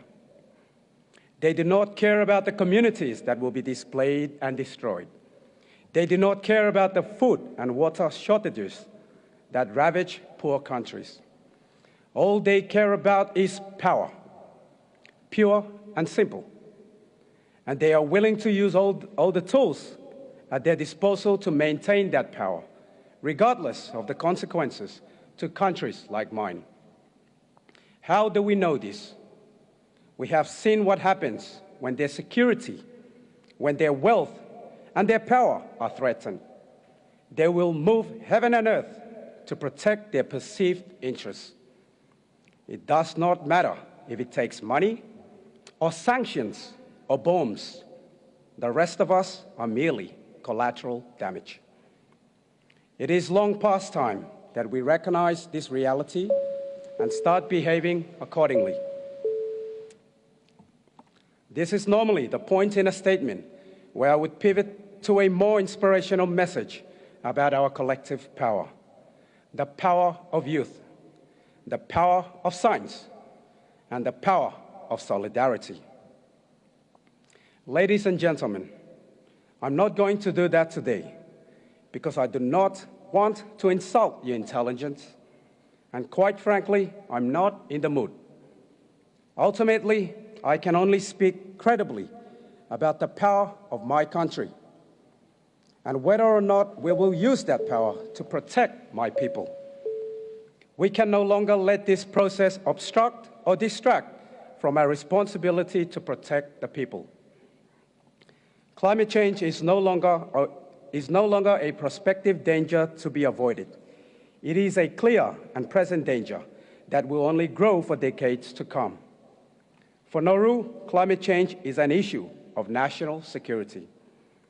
And as an issue of national security, we must forge alliances that protect our national security, not based on some vaguely worded promises about a distant future, but based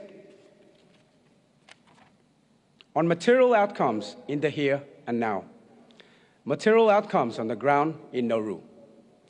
I would like to recognize the contributions of Taiwan to both my country's development and to the fight against climate change globally, and urge parties and the Secretariat to agree on an appropriate arrangement for their professional, pragmatic, constructive participation in the UNFCCC and its associated mechanisms.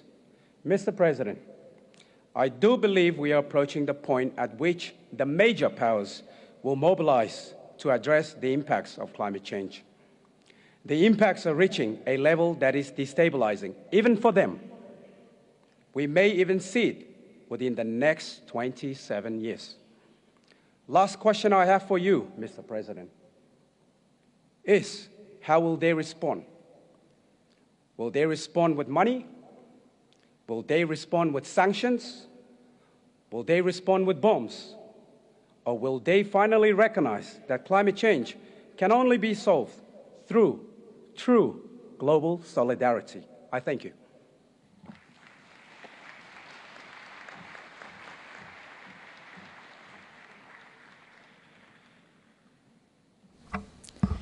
Thank you, Your Excellency.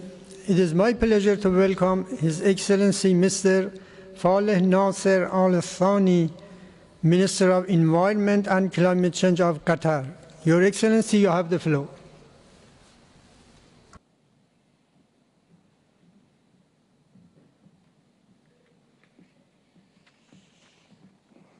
بسم الله الرحمن الرحيم. سيد الرئيس، أصحاب المعالي والسعادة، السيدات والسادة، السلام عليكم ورحمة الله وبركاته. يسعدني بداية أن أتقدم بخالص الشكر والتقدير لجمهورية مصر العربية على استضافتها لهذه الدورة الهامة لمؤتمر الأطراف في اتفاقية الأمم المتحدة الإطارية بشأن تغيير المناخ. ولا يفوتني أن أشكر أمانة اتفاقية الأمم المتحدة الإطارية بشأن تغيير المناخ وجميع القائمين على هذا المؤتمر. كما أود أن أغتنم هذه المناسبة لأشكر سعادة السيدة باتريسيا سبينوسا على ما بذلته من جهود خلال فترة عملها. ونتوجه بالتهنئة لسعادة السيد سايمون ستيل على توليه منصب الأمين التنفيذي للاتفاقية، ونتمنى له التوفيق والسداد. أصحاب المعالي والسعادة، ينعقد هذا المؤتمر في مرحلة مهمة من مراحل التعامل مع ظاهرة التغير المناخي، حيث نأمل أن يكون دافعاً قوياً لتعزيز العمل الجماعي والبناء على مخرجات المؤتمرات السابقة التي تضمنت العديد من المحطات الهامة، والتي كان منها مؤتمر الأطراف 18 الذي انعقد في دولة قطر في 2012. وذلك في إشارة واضحة منا على عزمنا القوي لمواجهة هذا التحدي العالمي والذي جعلنا ضمن أولوياته استجابة لرؤية قطر الوطنية 2030 التي رسمت لنا خارطة طريق، حددت توجهات المستقبلية وعكست طموحاتنا نحو تحقيق نمو متوازن مستدام ضمن وسط تفاعلي، سعيا إلى تعزيز الجانب الثقافي لدى أفراد المجتمع باعتبارهم محور التنمية. وفي هذا الإطار وإيمانا منا بأهمية البحث العلمي في مواجهة تحديات التغير المناخي والاستدامة، استثمرت طاقتنا في إنشاء العديد من المراكز البحثية والتي أثمرت على الكثير من الإنجازات والمشاريع البحثية الرامية لتعزيز الجانب المعرفي وتقديم المشورة وبناء القدرات في المجالات ذات الصلة بالتغير المناخي والاستدامة البيئية. هذا إلى جانب جهودنا لضمان خوض الطلاب في هذه المرحلة الهامة من حياتهم تجربة التعايش في بيئة تعليمية ترتكز على مبادئ الاستدامة بالشكل الذي يرسخ مفاهيم الاستدامة البيئية لدى طلابنا على المدى الطويل.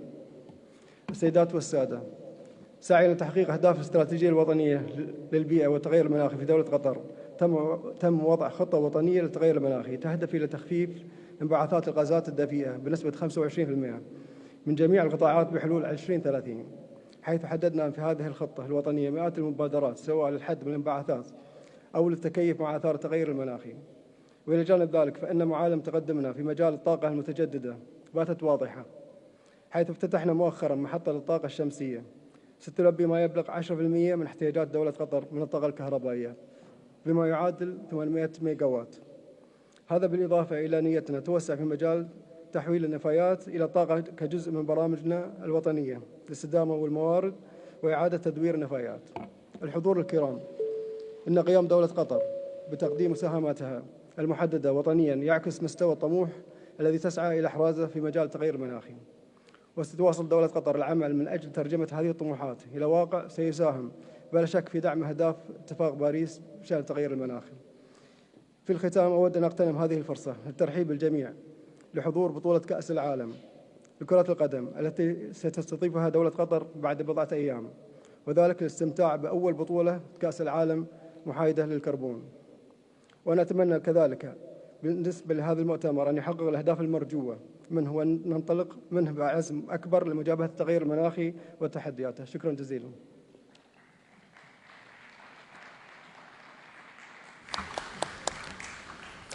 I thank you, Your Excellency, for your statement. It is my pleasure to welcome His Excellency Mr. Fernando Andres Lopez Larrenaga, Minister of Environment and Natural Resources of El Salvador.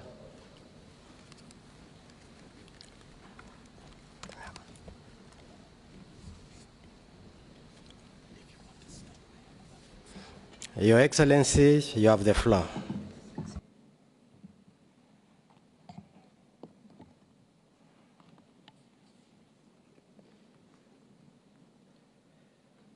Señor Presidente, Excelencias, distinguidos delegados, muchas gracias a la República Árabe de Egipto por organizar y ser los anfitriones de esta 27ª Conferencia de las Partes.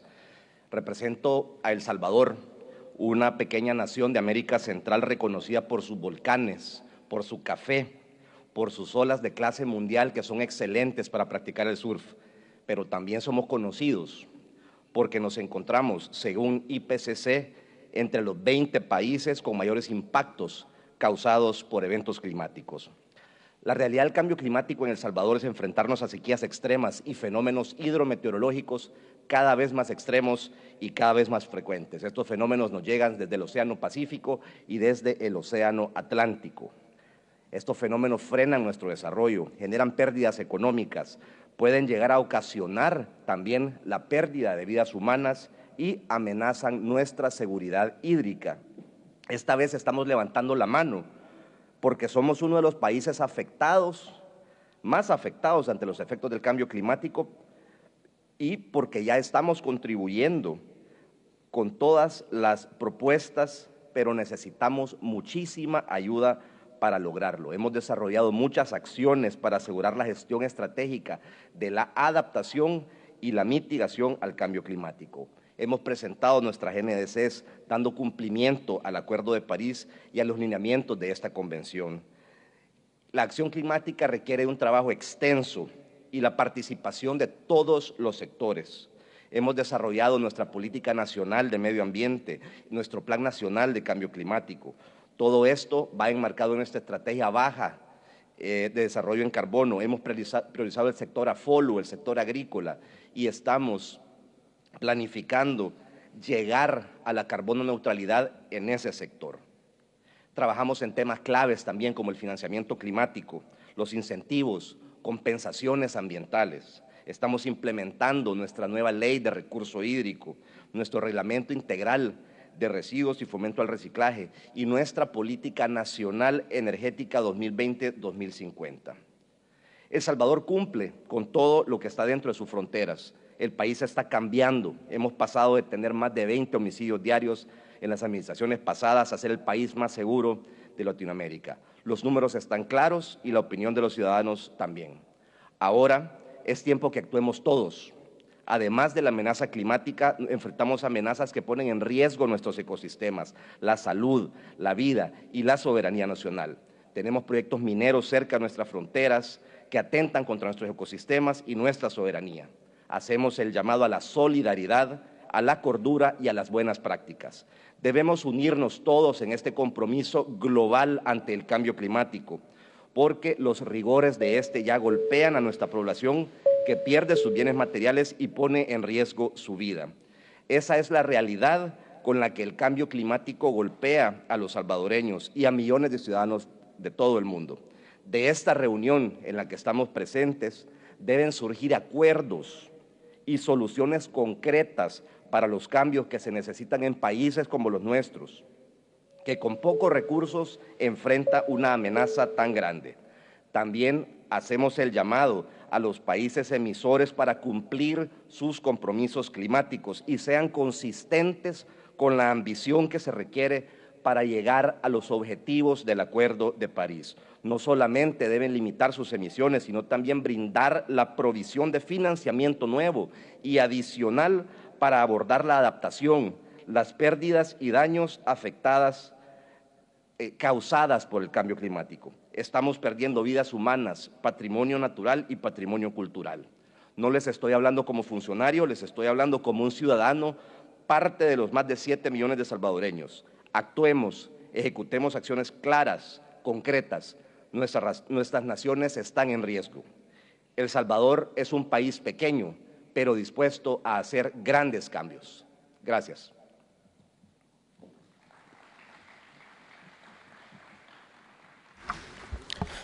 I thank you, Your Excellency, for your statement. It is my pleasure to welcome His Excellency Mr. Christopher Bowen, Minister of Climate Change and Energy of Australia.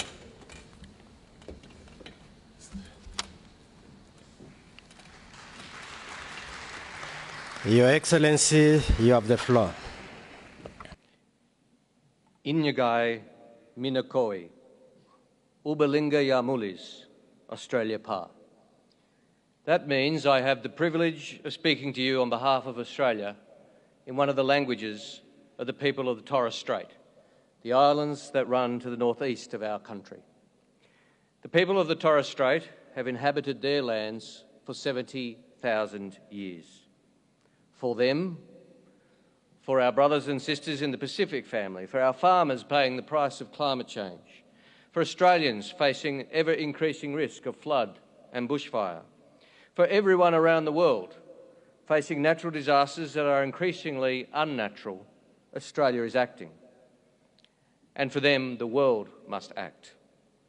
Australia is back as a constructive, positive and willing climate collaborator. One of our first acts on coming to government was to increase our emissions reduction target to 43% by 2030 in our nationally determined contribution and to enshrine that law in the law of the land. Within this decade, 82% of Australia's energy supply will be renewable. The future of energy is renewable, not just for Australia, but it must be for the world. And it's urgent that we accelerate the renewables transformation this decade. Such a transformation is both a challenge and an opportunity, but mostly it is fundamentally necessary if we are to have any hope of success in mitigating climate change. That's why it's so important we send the message from this COP, loud and clear. We remain committed to last year's commitment to hold the world as close as possible to 1.5 degrees of warming, and that we must embrace a faster and more orderly transition to renewable energy as part of these efforts. The cost of letting these priorities fall to the wayside is too great. Climate change is the primary economic and security challenge for our region and an existential threat to the blue Pacific continent. That's why we're boosting assistance to the region with an additional $900 million to support the Pacific family's development and resilience in dealing with the climate emergency. And that's why, along with Pacific nations, we are seeking to host Cop31 in 2026. Pacific voices have led this debate for decades and they must be heard. Unfortunately, we know the story of our region, the story that we will tell if the world fails to act. From island communities facing the fight for their existence to towns and cities battling ever more frequent bushfires and floods. Our co-hosting will seek to accelerate global action and harness the economic opportunities of the clean energy transition. While Australia has increased our ambition, we know there is much more to do. That's why, just as this COP is focusing on ambition and implementation, Australia's government is focusing on real emissions reductions as well, through our $20 billion fund to transform our energy grid and many other policies. Because while we talk about the risks of climate change, we also need to think about the immense economic opportunities that come with action. And Australia wants to be a renewable energy superpower. In coming weeks, I'll be delivering Australia's first annual climate change statement to our Parliament, a comprehensive and transparent stocktake of how we're tracking against our NDCs and how we'll make further progress. Because the urgency with which we must act requires frank conversations about where we are now, where we're going, and how we're going to get there. Collectively, we now have just 85 months to achieve our 2030 targets. We all know this is the critical decade, and that means national action, but it also means multilateral action, and action by every single one of our institutions. Our international financial architecture was built for a different time and different challenges. Some of our financial institutions are stepping up to this task, our most important global job, but others are not. Just as we commit to this agenda as individual nations, our multilateral development banks, including the World Bank, must be wholeheartedly committed to this task from their purpose and their actions. We have a moral imperative and a driving need for our institutions to work with countries across the developed and developing world, not only to reduce emissions, but to respond to a changing climate and its economic impact on nations. That will mean increasing the proportion of funding spent on climate, but also ensuring that such funding doesn't saddle developing countries with unsustainable debt. This fight cannot be done by one nation. All emitters, past, present and future, have a responsibility to act. We must drive an inclusive climate agenda. I reaffirm Australia's commitment to ambitious and necessary change and pledge to be a strong and constructive partner along the way. Thank you.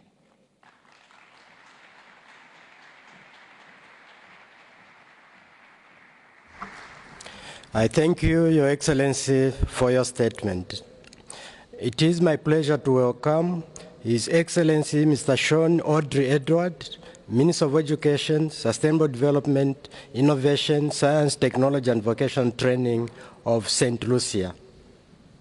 Your Excellency, you have the floor. Mr. President, I bring you warm greetings from the Prime Minister of St. Lucia, Philip J. Pierre, and the government and people of St. Lucia.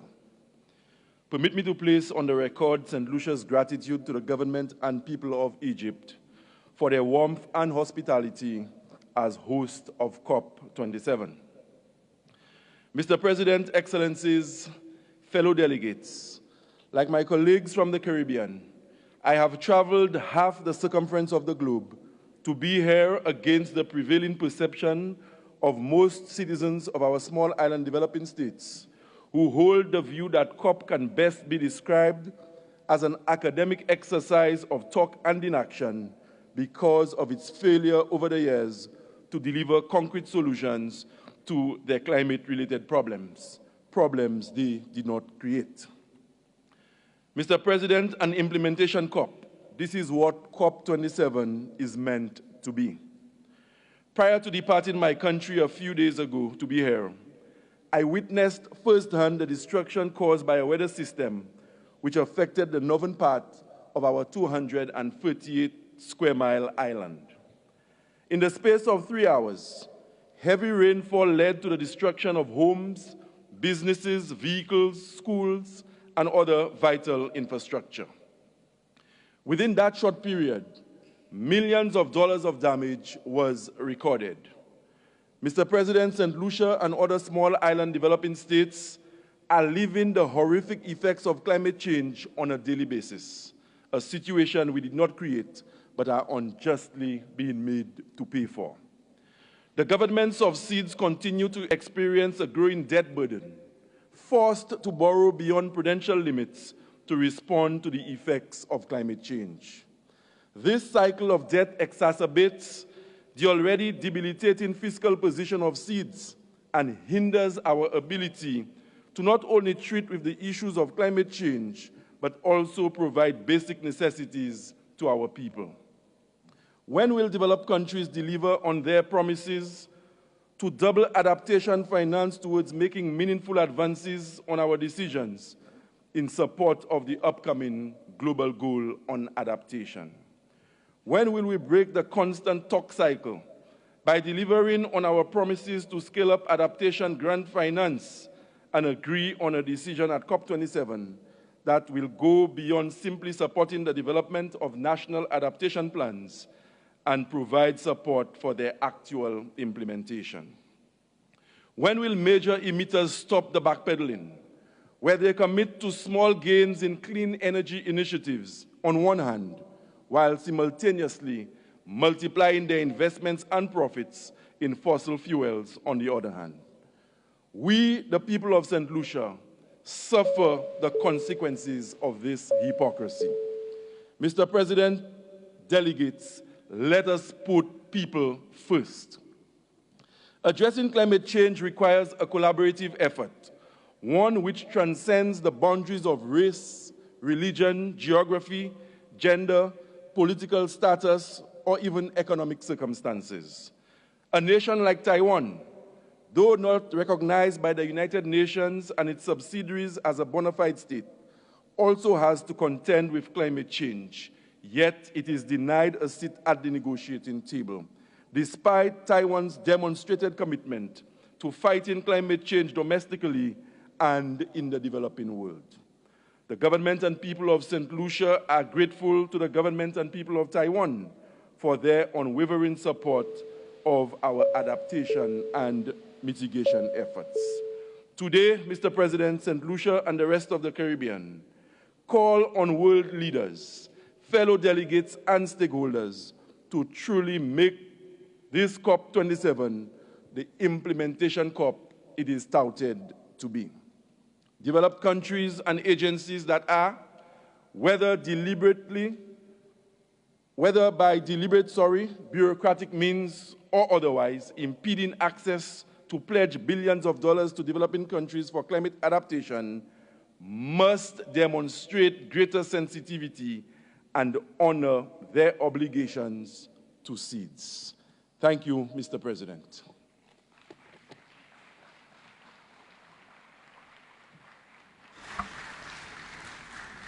I thank you, Your Excellency, for your statement.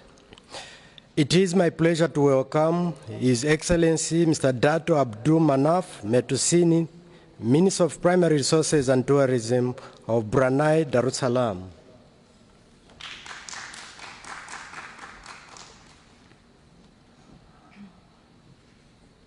Your Excellency, you have the floor. Bismillahir Rahmanir Rahim. Mr. President, esteemed colleagues, ladies and gentlemen, the world is not on track to meet the 1.5 degrees Celsius pathway.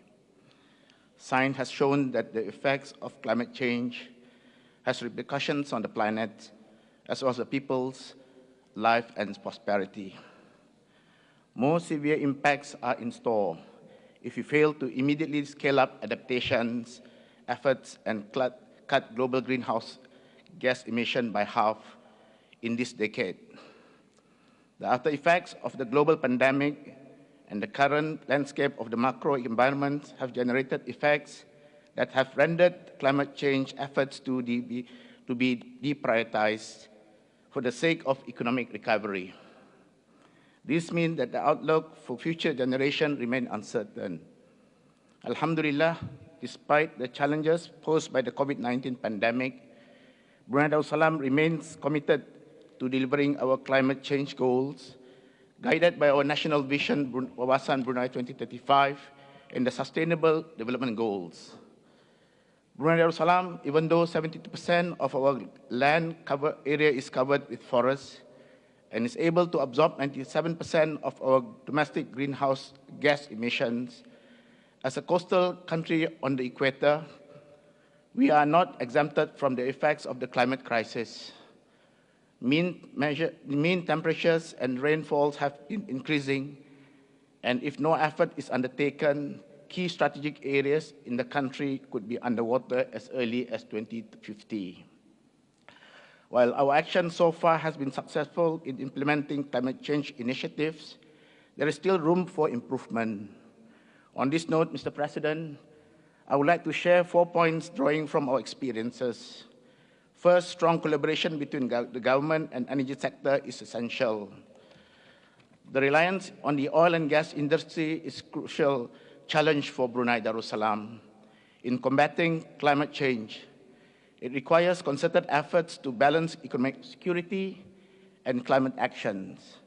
On this note, together with the energy industry, we have stepped up efforts in driving energy transition and facilitating our climate mitigation and adaptation efforts. Second, a robust monitoring mechanism is crucial to meet the net zero target. Brunei Darussalam announced a high ambition to move towards net zero by 2050 through just transition and forest preservation. Without accurate data and proper monitoring in place, we will not be able to have an emission baseline and verified inventory of our natural sink.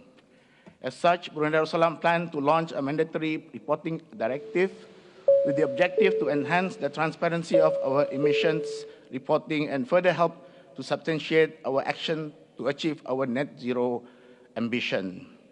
Third, resource mobilization is required to accelerate mitigation and adaptation efforts. This is one of the current action aligned with the Brunei National Climate Change Policy launch in 2020. While we are meeting some of the targets set out by the policy, such as the year-on-year reduction in industrial emissions, the increased deployment of small-scale solar, as well as our reforestation and afforestation effort, some enablers for the adoption of new technologies also need to be put in place.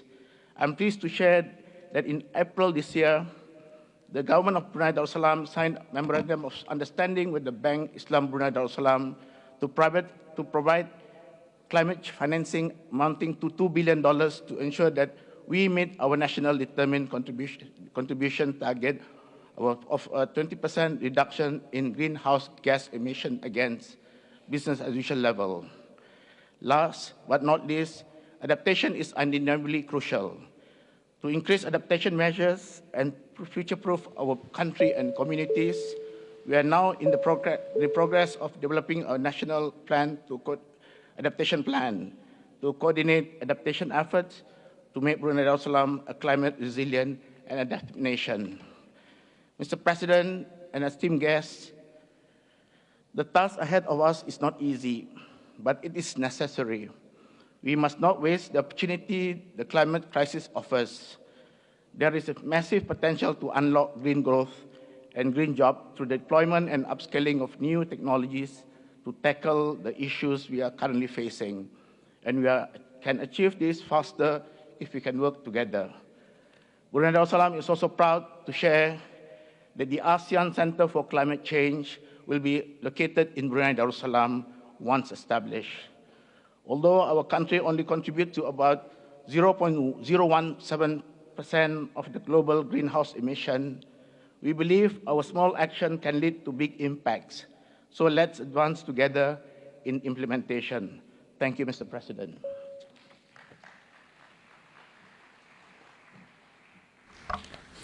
I thank you, Your Excellency, for your statement. It is my pleasure to welcome His Excellency Simo Kilepa Minister for Environment, Conservation and Climate Change of Papua New Guinea.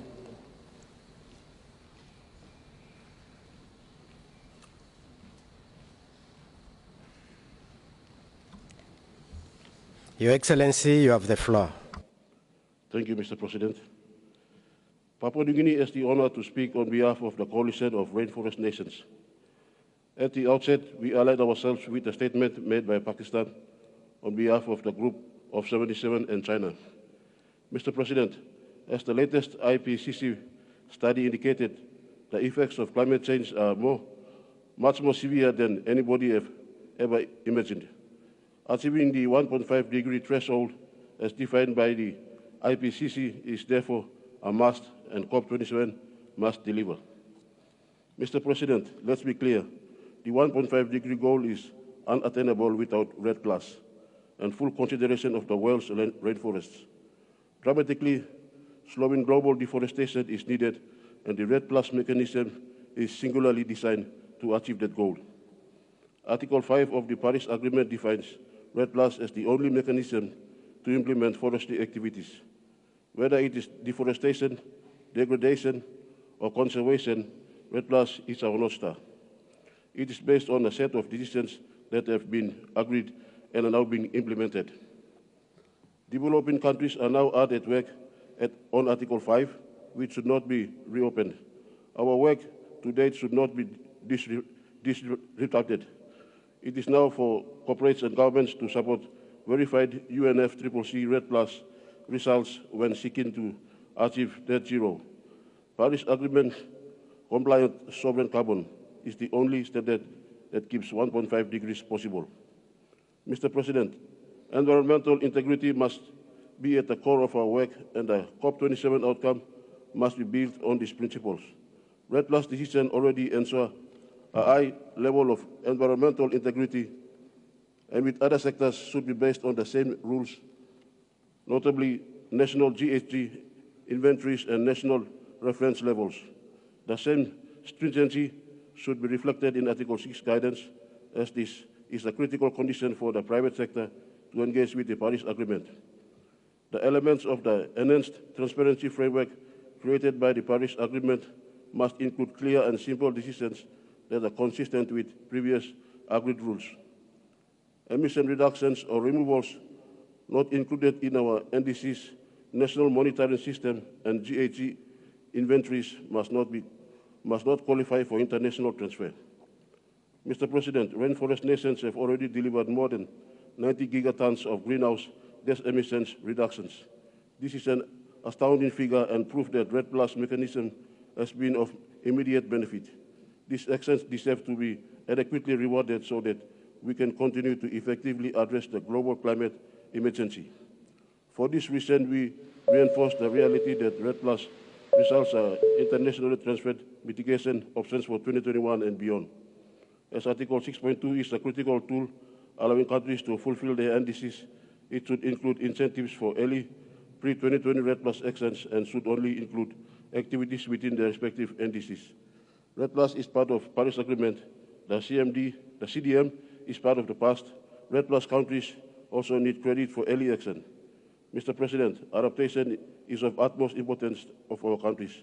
We must agree on a clear plan to define the global goal on adaptation. Adaptation finance should not be a small percentage of mitigation. It should be a real at scale. Finance for adaptation projects should come exclusively from developed countries. Mr. President, we have all made sacrifices to attend COP27. It is therefore imperative that we respect all views and engage all parties to find success. As usual, you can count on us and our support to deliver what is needed, what the world is expecting. Mr. President, I would like to take this opportunity in my national capacity to mention that Papua New Guinea's recent greenhouse gas inventory results have shown that Papua New Guinea has achieved net zero emissions mainly because of the implementation of the national REDD+ strategy.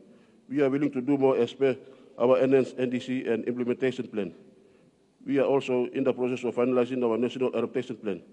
But as a small island developing state, we would like to request the developed countries to meet their commitment under the Convention of Paris Agreement in providing financial and technical support to us to implement our enhanced NDC as well as our national adaptation plan. Such support should be easily accessible.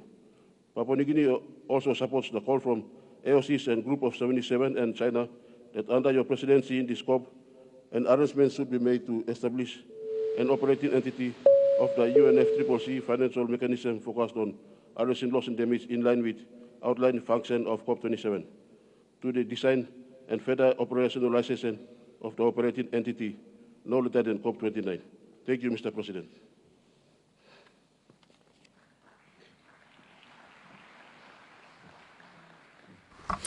I thank you, Your Excellency, for your statement. It is my pleasure to welcome His Excellency Mr. Conrad Hunt, Ambassador of Antigua and Barbuda to the United Nations.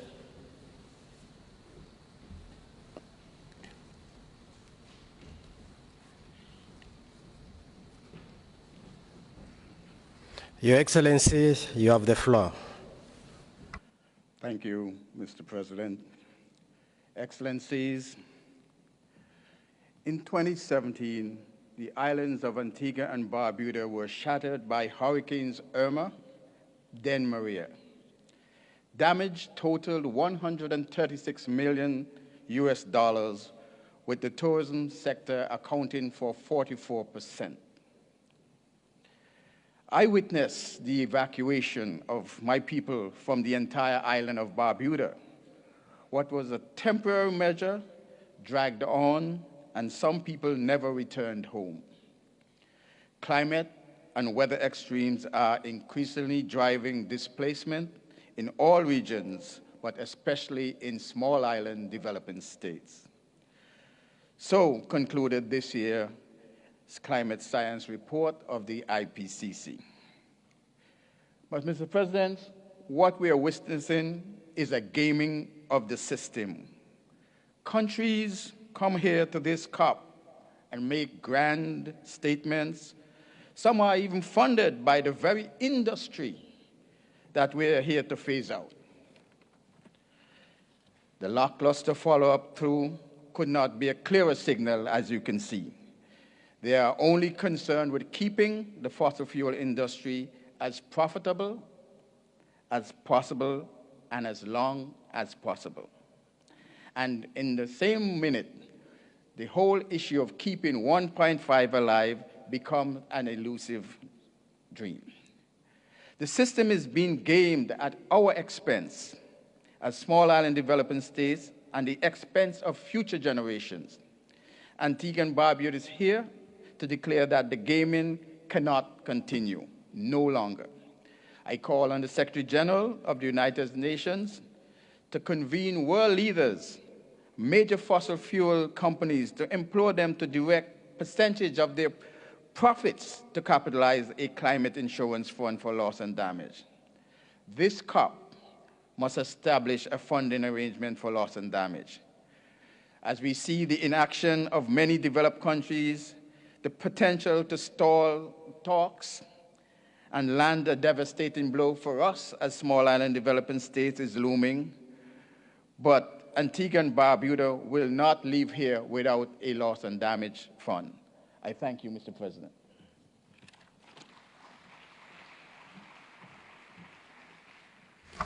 I thank you, Your Excellency, for your statement.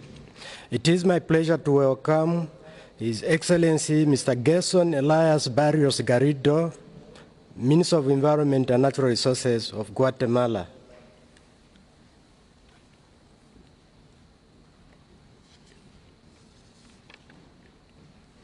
Your Excellency, you have the floor. Señor Presidente, Excelencias, distinguida audiencia, Guatemala es un país megadiverso y multicultural. Es aún uno de los 20 países más diversos que resguardan junto a estos más del 70% de la diversidad biológica en el planeta, pero que constantemente está afectado por los efectos del cambio climático. De manera que estos efectos no solo ponen en peligro el patrimonio natural de Guatemala, sino el de toda la humanidad. Mi país, de acuerdo con el reporte del IPCC, ha sido identificado como uno de los 15 países más vulnerables en el mundo. De acuerdo a esta evidencia científica, contribuimos apenas con el 0.07 de las emisiones globales de gases de efecto invernadero. Según informes nacionales de la Secretaría General de Planificación de nuestro país y reportes internacionales de CEPAL, BID y Banco Mundial, han cuantificado las pérdidas económicas totales ocasionadas por los fenómenos hidrometeorológicos, los cuales ascienden a millones de dólares, obligando a centrar los recursos económicos en la recuperación y reconstrucción de infraestructura, además de la pérdida de biodiversidad, de los efectos socioeconómicos, la pérdida de los medios de vida de aproximadamente 2.5 millones de personas y la destrucción de cultivos, lo que incrementa tanto la inseguridad alimentaria como la migración forzada por los efectos del cambio climático y en ocasiones la pérdida de vidas humanas. En ese sentido, requerimos de manera urgente el apoyo y acceso a fuentes de financiamiento climático internacionales ágiles y efectivas, que permitan incrementar la implementación de acciones de mitigación y adaptación con el fin de reducir la vulnerabilidad e incrementar la resiliencia de la población al cambio climático. Guatemala quiere reiterar la petición realizada a la Organización de las Naciones Unidas y a la Convención Marco de las Naciones Unidas sobre Cambio Climático para que reconozca la alta vulnerabilidad de América Latina y el Caribe y la declare como una de las regiones más afectadas en el mundo por los efectos del cambio climático. Seguimos impulsando en nuestro país el modelo de concesiones forestales en la Reserva de la Biosfera Maya en el departamento del Petén, mediante el cual las comunidades protegen el bosque y gestionan los recursos de manera sostenible, impulsando la inclusión de mujeres en este proceso y aprovechando el conocimiento ancestral de nuestros pueblos indígenas. Hemos incrementado la cobertura forestal.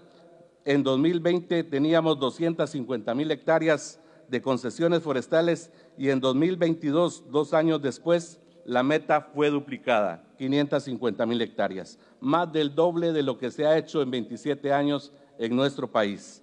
Esto nos ha permitido incrementar nuestra cobertura forestal y disminuir y manejar de mejor forma los incendios forestales. Otra de nuestras prioridades seguirá siendo el manejo del recurso hídrico que se ve afectados por los efectos del cambio climático. Aprovecho la oportunidad para hacer una mención especial al gobierno de Taiwán, país amigo que ha contribuido en el desarrollo de proyectos para fortalecer las medidas de adaptación y mitigación en Guatemala y en el mundo, por lo que instamos a que se apoye su participación en la Convención y el Acuerdo de París para que pueda así sumarse a la lucha contra el cambio climático. Finalizo reiterando el compromiso de mi país, el cual se suma a los esfuerzos internacionales, y hago un llamado urgente a impulsar la acción colectiva para afrontar esta coyuntura climática sin precedentes. Vamos juntos por la implementación. Muchas gracias.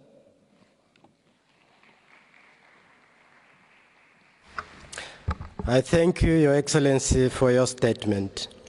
It is my pleasure to welcome His Excellency Mr. Bhupender Yadav, Minister of Environment, Forest and Climate Change of India.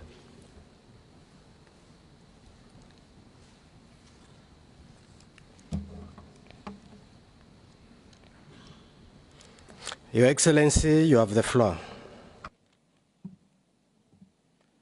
Excellencies, let me first express our gratitude to our hosts and the presidency of COP27, the Arab Republic of Egypt, for their tremendous efforts and gracious hospitality. A year ago, at Glasgow, we responded to call of science and came forward with important pledges and commitment. This year, at Sharm el-Sheikh is our moment of action, and the presidency of Egypt has rightfully designated this as the COP of implementation. Excellencies, our Honorable Prime Minister, Shri Narendra Modi ji, announced India's aim of achieving net zero emission by 2070 at Glasgow.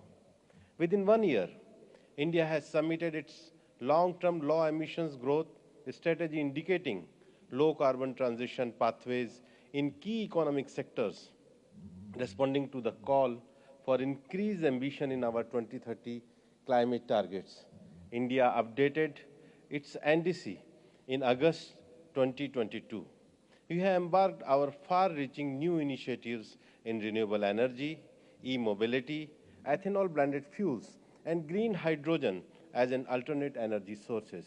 We also seek to foster strong international cooperation through action and solution-oriented coalitions like International Solar Alliance and Coalition of Disaster Resilience Infrastructure, both of which are launched and nurtured by India. This is a testimony of our ethos of collective action for global good. India, home to 1.3 billion people, is undertaking this arduous effort despite the reality that our contribution to the world's cumulative emission so far is less than 4%, and our annual per capita emission are about 1/3 of the global average. At the heart of India's vision of a safe planet is a one-word mantra, Vasudev lifestyle for environment, the Prime Minister Modi set forth in our national statement at COP26. Mission Life was launched by Prime Minister Modi in presence of the UN Secretary General, His Excellency Antonio Guterres, on 20th October 2022. The world urgently needs a paradigm shift from mindless and destructive consumption to mindful and deliberate utilization. We are trustees of this planet Earth. We must nurture it through sustainable lifestyles and optimize resource use and minimize waste. As the world's most populous democracy and a vibrant emerging economy, India seeks to lead by example and invites the global community to be a part of Mission Life for individual, family, and community-based actions. Excellencies, India is assuming the presidency of G20 in 2023 with the motto of Vasudev Kutumbakam, means one earth, one family, one future. Our journey toward a planet safe for humanity, it is one that no nation can undertake alone. This is a collective journey to be undertaken with equity and climate justice as our guiding principles. We hope that the fight against climate change will unite the world as one family. Thank you very much.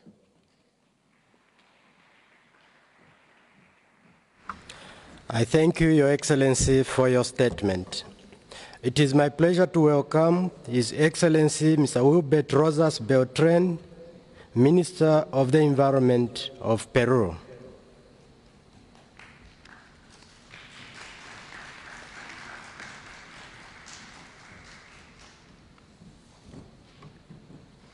Your Excellency, you have the floor.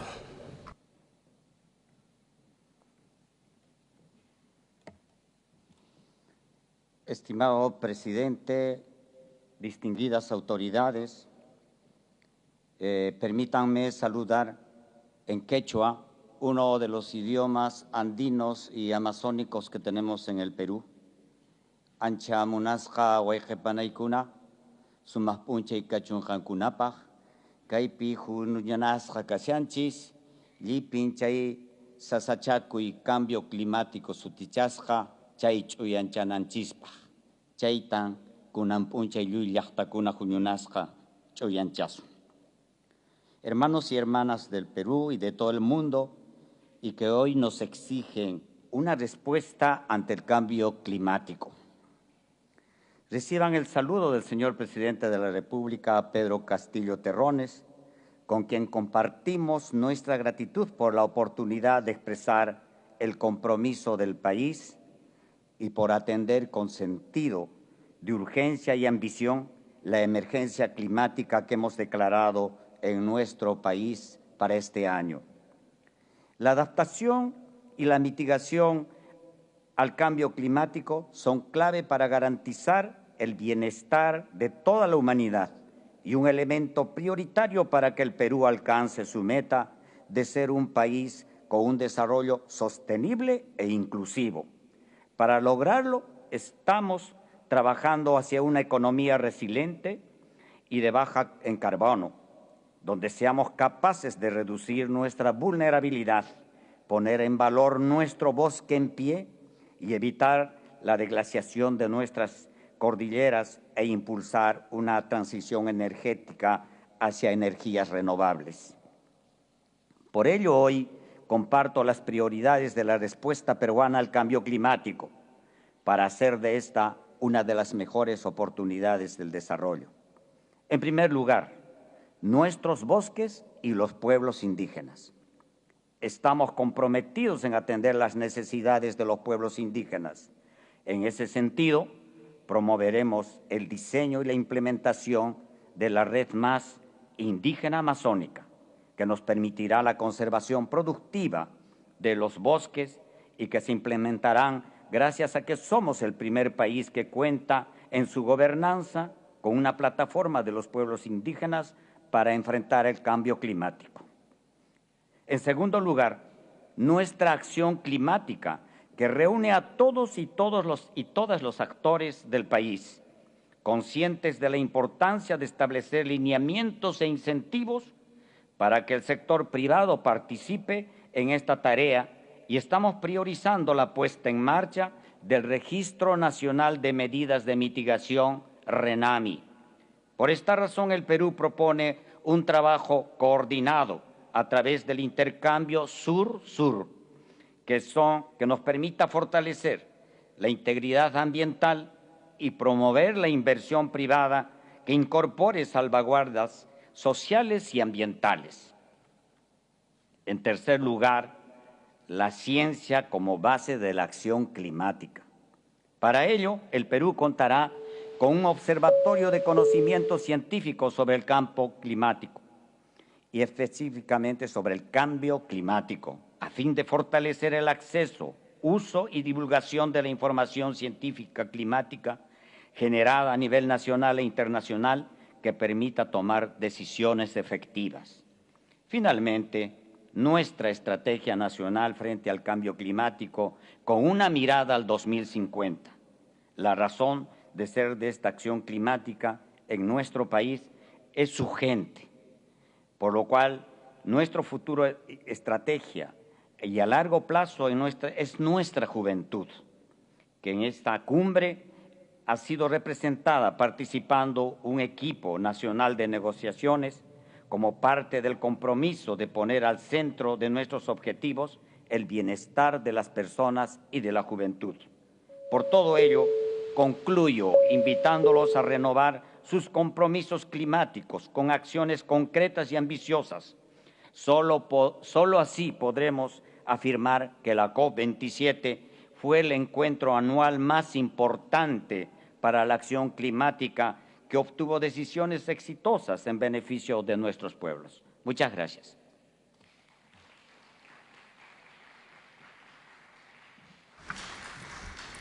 I thank you, Your Excellency, for your statement.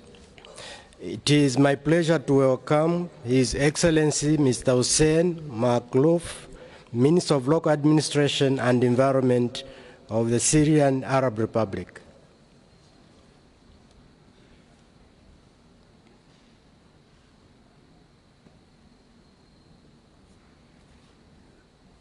Your Excellency, you have the floor.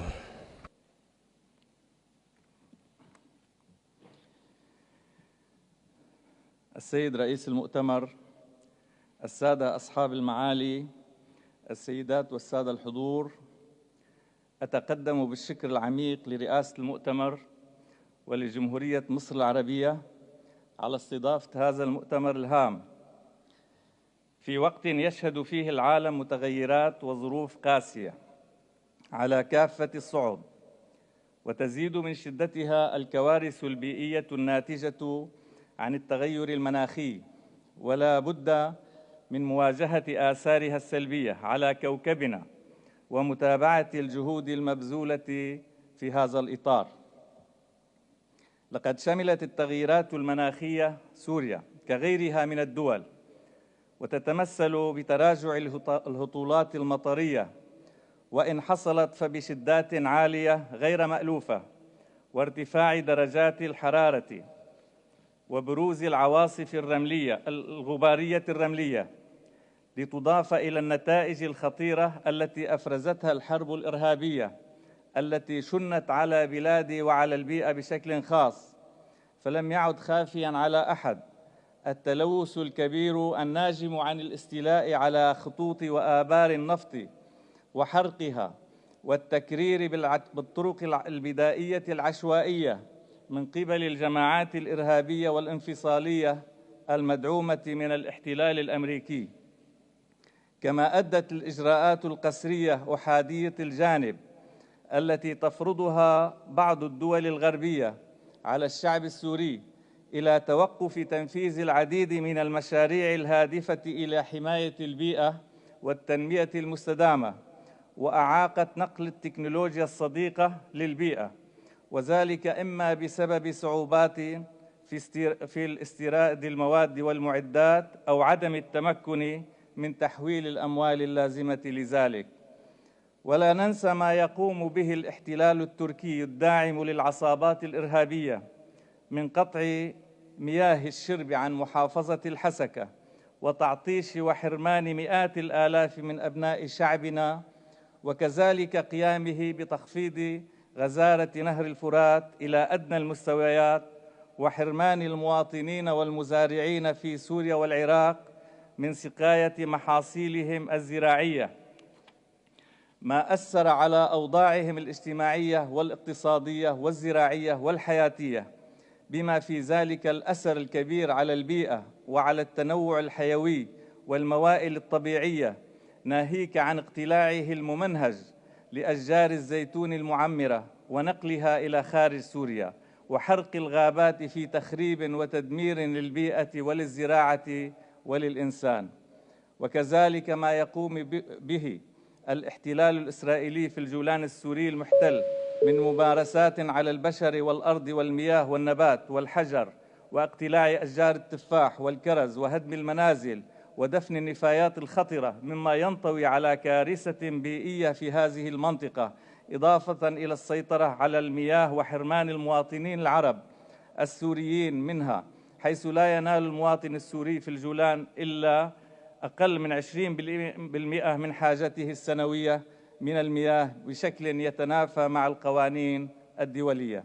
إن الجمهورية العربية السورية كانت ولا زالت ملتزمة بالاتفاقات البيئية الدولية التي صادقت عليها، ووضعت ضمن سياساتها وأولوياتها وخططها السنوية إجراءات عدة للحد من آثار تغير المناخ والتوجه نحو التنمية المستدامة، منها اعتماد وثيقة المساهمات المحددة وطنياً ضمن اتفاق باريس، اعتماد البرنامج الوطني للتغيرات المناخية في سوريا وخطط التكيف مع تغير المناخ، إحداث صندوق التخفيف من آثار الجفاف والكوارث الطبيعية بهدف التعويض عن المتضررين من الجفاف، اعتماد الاستراتيجية الوطنية للتحول نحو الطاقات المتجددة، وتم إحداث صندوق الطاقات المتجددة بهدف منح القروض الميسرة للمواطنين والفعاليات الاقتصادية لتشجيع التحول للطاقة المتجددة، تشجيع الاستثمار في توليد الطاقة من النفايات الصلبة، زيادة المناطق الحراجية من خلال خطط التشجير السنوية وزيادة مساحاتها وخاصة المتضررة منها عمدا بفعل الإرهاب، اعتماد المعايير البيئية ضمن خطط الحكومة لإعادة الإعمار للمنشآت المتضررة نتيجة الإرهاب وإزالة الأنقاض والعمل على تدويرها. ونحتاج دعم صناديق المناخ لتمويل المشاريع المحددة وطنياً. السادة الحضور، لم تتمكن سوريا حتى الآن من تقديم بلاغها الوطني الثاني حول التغيرات المناخية بسبب قيام الجهات المانحة بحجب التمويل المخصص لذلك استجابة للإجراءات القسرية المفروضة عليها. لذلك نؤكد على موضوع توفير التمويل اللازم من خلال الصناديق الدولية العاملة في مجال البيئة مثل صندوق المناخ الأخضر وصندوق التكيف ومرفق البيئة العالمي، بما يضمن دعم الدول النامية في إنجاز المساهمات وتنفيذاً للاتفاقيات البيئية الدولية واتفاقية التغيرات المناخية بشكل خاص.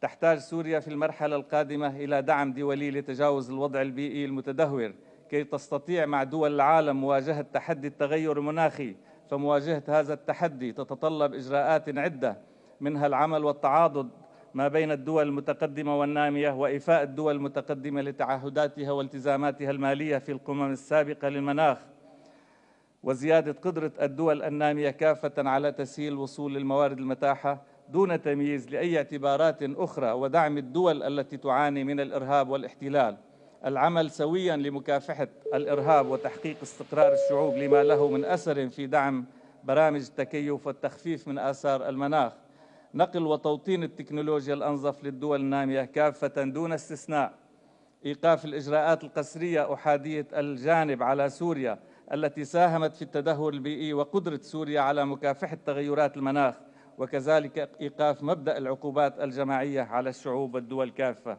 في الختام، نأمل دعم المجتمع الدولي دولاً ومنظمات لجهود الدولة السورية في تسهيل العودة الطوعية والآمنة للسوريين من الخارج، وقد حققنا 5 ملايين من عادوا إلى منازلهم وقراهم يعملون اليوم في بناء بلدهم وزراعة حقولهم ويساهمون في جهود تحقيق التنمية المتوازنة والمستدامة. كلمة أخيرة، باعتبار أننا في قمة التنفيذ فإننا نؤكد على الحاجة اليوم إلى آلية أكثر دقة وعدالة لرصد وتقييم وتتبع تنفيذ المساهمات الوطنية، سواء للتخفيف من قبل الدول المتقدمة الأكثر تسبباً للانبعاثات ومدى التزامها بالتخفيض وتقديم تعهداتها بالالتزامات المالية بما في ذلك التعويض عن الأضرار والخسائر، أو التكيف من الدول النامية المتأثرة بالتغيرات ونتساءل معها عن العوائق ونتساعد معها على إزالتها، وبهذا نكون أكثر تعاوناً وتكاملاً واقتراباً من الهدف. نتمنى لهذا المؤتمر أن يساهم في تعزيز وتضافر جهودنا لصنع مستقبل آمن وبيئة نظيفة لأجيالنا القادمة وتحقيق الازدهار لشعوبنا وبلداننا. والسلام عليكم ورحمة الله وبركاته.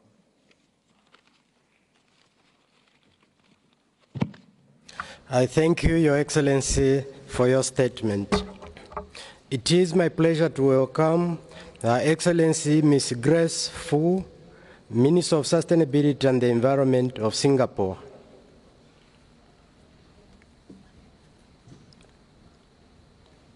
Your Excellency, you have the floor. Mr. President, we are at a crossroad.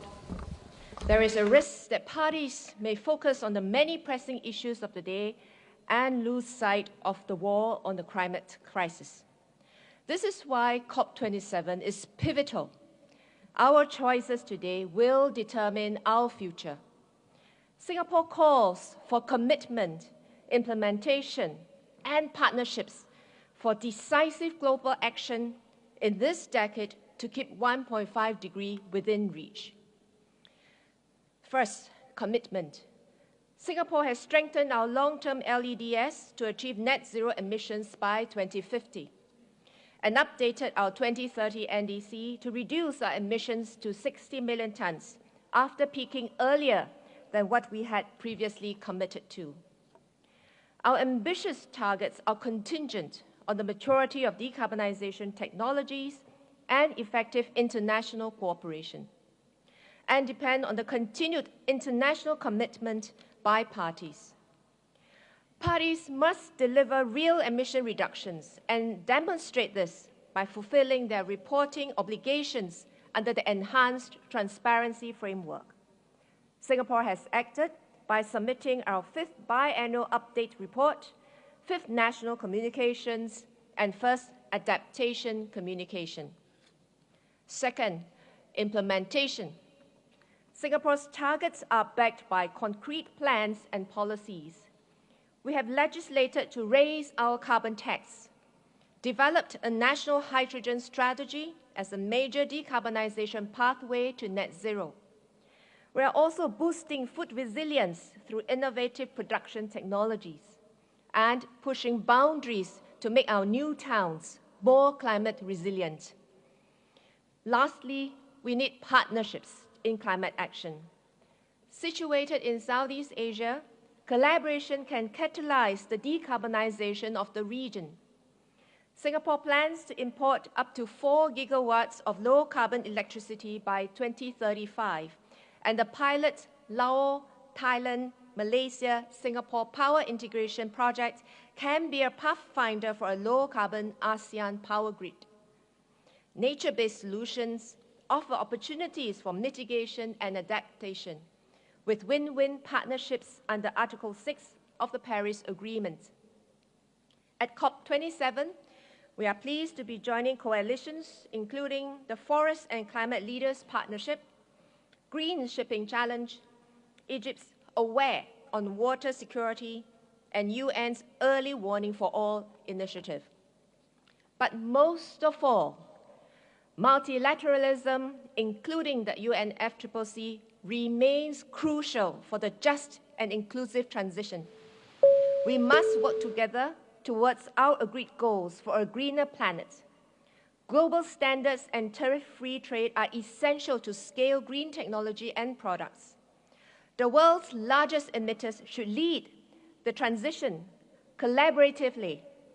To support one another by building capacities, Singapore will launch a new 3-year sustainability action package to help build capacity and capability among fellow developing countries. Colleagues, now is the time to act. Let us answer the Cop27 presidency's call to work together for implementation. Thank you.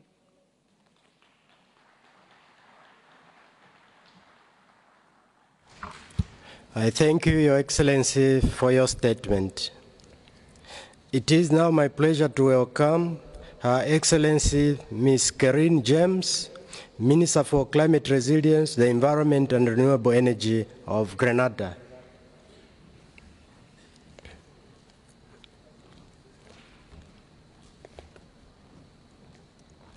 Your Excellency, you have the floor.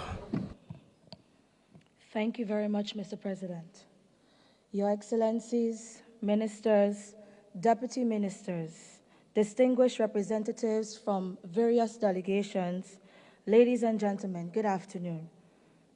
On behalf of the government and people of Grenada, let me begin by expressing my appreciation to the Egyptian government for the kind hospitalities provided to my delegation and I in facilitating our attendance here at COP27.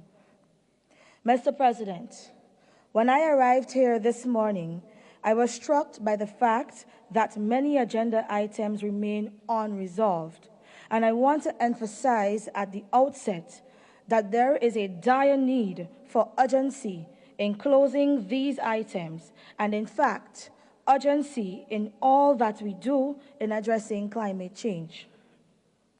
We need urgency because the climate is not waiting for us.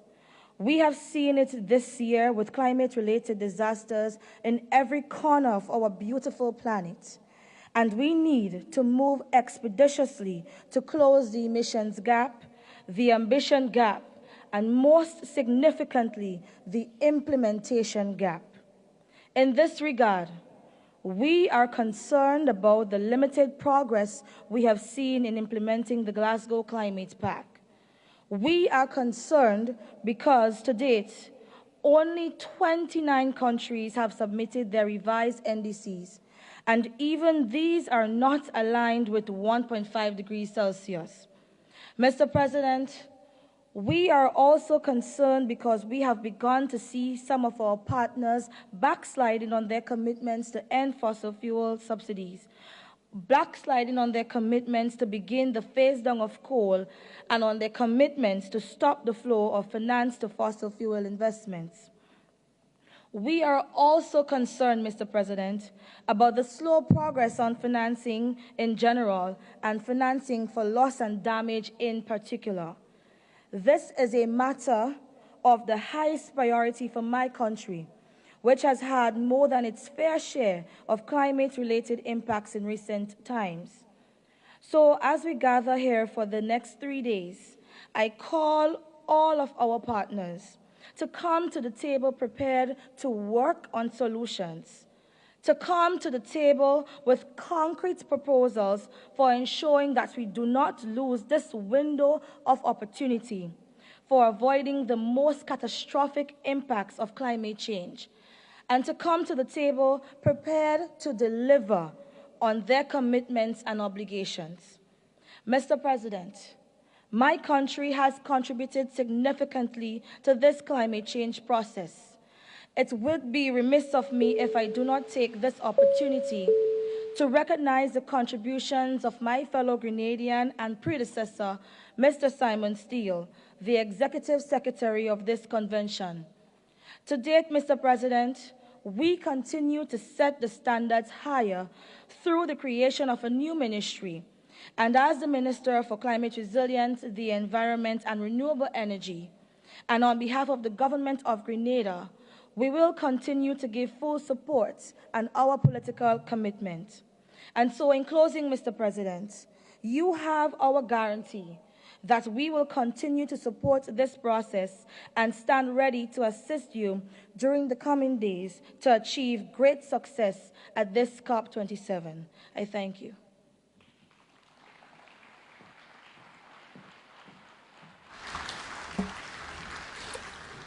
I thank you, Your Excellency, for your statement. It is my pleasure to welcome His Excellency Ms. Lupu Lama, Minister of Environment and Sustainable Development of Guinea.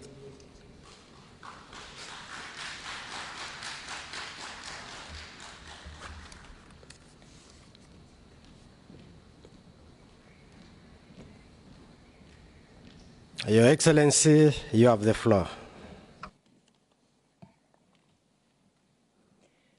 Monsieur le Président, Excellences, Mesdames et Messieurs les ministres, je voudrais, au nom de Son Excellence, Monsieur le Président de la Transition, chef de l'État, chef suprême des armées, colonel Mamadi Doumbouya, remercier le gouvernement de la République arabe d'Égypte pour l'accueil chaleureux réservé à ma délégation et moi-même depuis notre arrivée dans cette cité magnifique de Sharm el-Sheikh.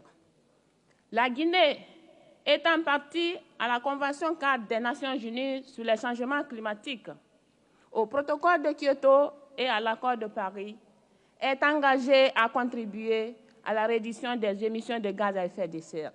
C'est ainsi qu'elle a validé les plans d'investissement et de partenariat de sa contribution déterminée nationale, les plans sectoriels climat et le 4e rapport des inventaires de gaz à effet de serre du premier rapport biennal, et ce, depuis la COP26 tenue à Glasgow. Toutefois, la mise en œuvre de ces programmes et projets nécessite la mobilisation de plus de 14 milliards de dollars. Monsieur le Président, d'après le rapport 2022 du groupe d'experts intergouvernemental sur l'évolution du climat, la Guinée contribue seulement à moins 0,1% des émissions mondiales de gaz à effet de serre. Monsieur le Président, la Guinée a déterminé un objectif inconditionnel de 20% déjà atteint et conditionnel de 49% d'ici 2030. L'atteinte de cet objectif conditionnel requiert le soutien des partenaires techniques et financiers pour la mise en œuvre d'initiatives permettant de réduire considérablement la dégradation de l'environnement à travers la gestion rationnelle et durable des ressources naturelles, l'augmentation du nombre d'aires protégées, la modernisation des secteurs de l'agriculture, des mines, des transports et la promotion des énergies vertes. La promotion et la protection de la biodiversité pour améliorer les capacités d'adaptation des populations face aux impacts des changements climatiques est une priorité pour notre gouvernement. Pour ce faire, la République de Guinée demande que le défi du financement climatique constaté depuis 2020 soit comblé et que le financement de l'adaptation soit doublé. Pour nous, la COP27 doit être une COP d'action et non une COP de nouvelles promesses. Les populations en général, et particulièrement les couches vulnérables, que sont les femmes, les filles, les enfants et les jeunes, subissent fortement les impacts de la crise climatique, car celle-ci amplifie les inégalités et met leur vie et leurs moyens de subsistance en danger. Elles expriment de multiples et pressants besoins et attendent des réponses immédiates et proportionnelles. C'est le lieu pour nous d'attirer l'attention de potentiels pollueurs et bailleurs de fonds sur l'insuffisance des fonds d'adaptation, mais surtout et aussi sur la complexité et la lourdeur de leur procédure de décaissement et de les exhorter à plus de transparence et de flexibilité. Monsieur le Président, la République de Guinée soutient toutes les initiatives en faveur de l'environnement et du développement durable et reste solidaire aux préoccupations exprimées par les pays les moins avancés, par l'Afrique et le G77 plus la Chine. Par ma voix, le peuple et le gouvernement guinéen vous adressent leurs vives félicitations pour les moyens déployés, la qualité de l'organisation et la forte mobilisation à Sharm el-Sheikh de tous les acteurs en faveur de notre planète. Je vous remercie.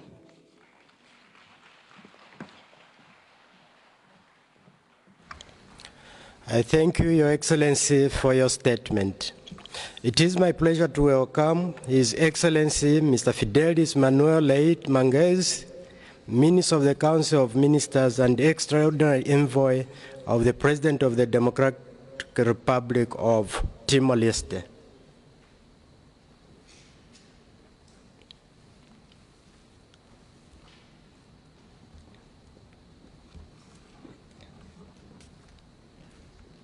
Your Excellency, you have the floor. Mr. President, Prime Ministers, Excellencies, CO2 emissions from fossil fuels and industry which power the world economy have been the primary driver of human-induced warming.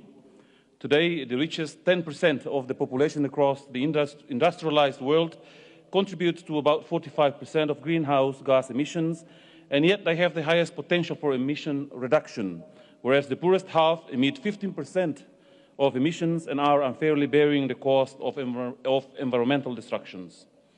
Further warming is inevitably occurring, closely coupled with climate and economic risks. The Global South will become more vulnerable to inequality, economic insecurity, food shortages, reduced water security, and malnutrition. The problems we face are large and urgent. If temperatures are to remain safe, the global economy must decarbonize and reach net zero emissions by 2050. To combat climate change, we will need to scale up decarbonization, as well as make significant changes for clean and justice-centered economic growth. Timor-Leste, an island state, is at the heart of the Wallace ecosystem, which contains some of the world's most biodiverse ecosystems. Through the practice of Tarabandu, Timor-Leste ensures the integrity and protection of its environment, making conservation and the sustainable use of natural resources a societal commitment. Despite protecting our marine biodiversity, coral reefs, and mangrove forests, we are frequently hit by extreme weather events and rising ocean temperatures.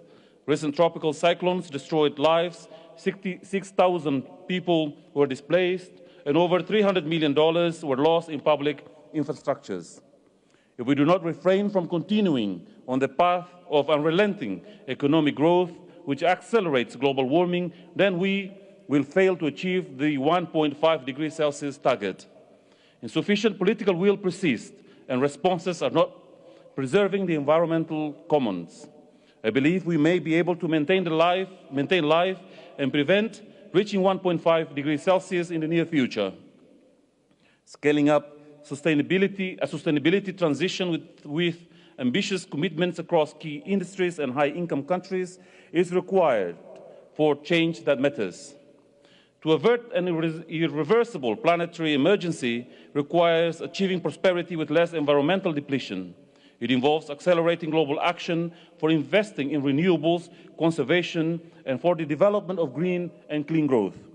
We propose moving toward deeper decarbonization with more ambitious climate action from multinational cooperation and defining how to activate the emissions responsibility. The Paris Agreement expects low carbon emissions in a manner where developed countries take the lead. Both the North and the South must commit to technology transfer, capacity building, greater climate financing, and accountability. Our path to growth must balance equitable and effective conservation, protection, and restoration of nature.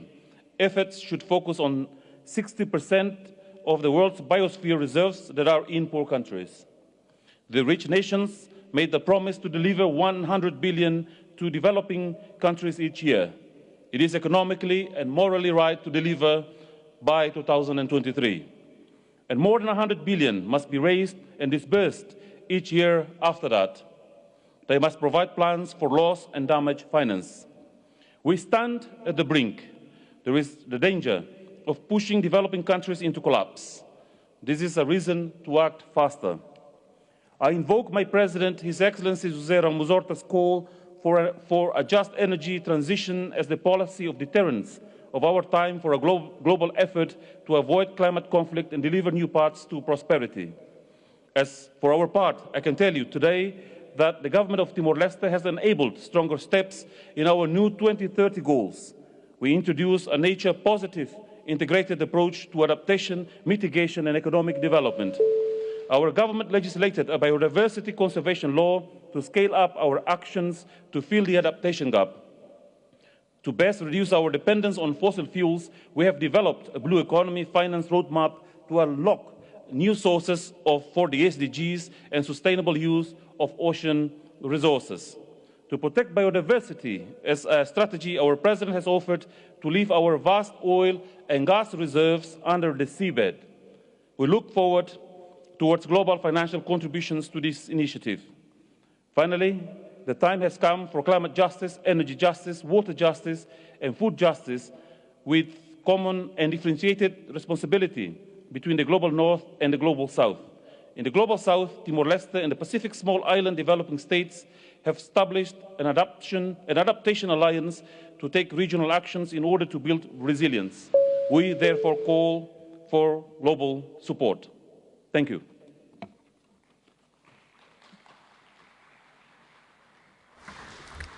I thank you, Your Excellency, for your statement.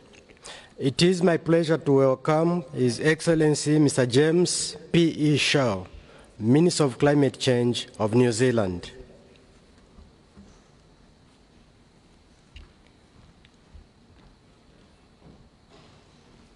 Your Excellency, you have the floor. Tēnā koutou katoa, ngā mihi nui kia koutou. Mr. President, Excellencies, delegates, this 27th Conference of the Parties is being referred to as the Implementation COP. The Executive Secretary of the UNFCCC has invited us at the start of this conference to show evidence of how we have started to implement the decisions that we collectively made in Glasgow this time last year. Under Article 2.1a of the Paris Agreement on Mitigation, since Glasgow, New Zealand has set in law a set of emissions budgets from now until 2035. In order to meet those budgets, we have published our first emissions reduction plan covering every sector of the economy. We have set aside US $3 billion of revenue from our cap and trade scheme to recycle into the transition into a net zero future. Some of that revenue we are co-investing with private enterprise to bring forward large-scale capital investments to decarbonise industry and energy. Some of that revenue we have dedicated to reducing methane and nitrous oxide emissions from the farming sector. We have introduced vehicle emissions incentives and standards. As a result, electric vehicle sales have risen from 1% of all new cars sold 5 years ago to 5% of all new cars sold 1 year ago to now 30% of all new car sales in the last few months. Under Article 2.1b of the Paris Agreement on Adaptation, since Glasgow, we have published our first National Adaptation Plan. This National Adaptation Plan outlines how we will support our communities to become more resilient to the droughts, floods, fires and storms that we are already experiencing as a result of the 1.1 degrees of temperature warming that has already occurred. Under Article 2.1c of the Paris Agreement on Finance, since Glasgow, we have passed a law requiring climate-related financial disclosures from large listed companies and from financial institutions, in line with the recommendations of the Task Force on Climate-Related Financial Disclosures. In addition, this morning we announced that we will be issuing our first US $3 billion of sovereign green bonds to support our transition to a net zero future. Mr. President, across the world, the response to climate change must include and support Indigenous people.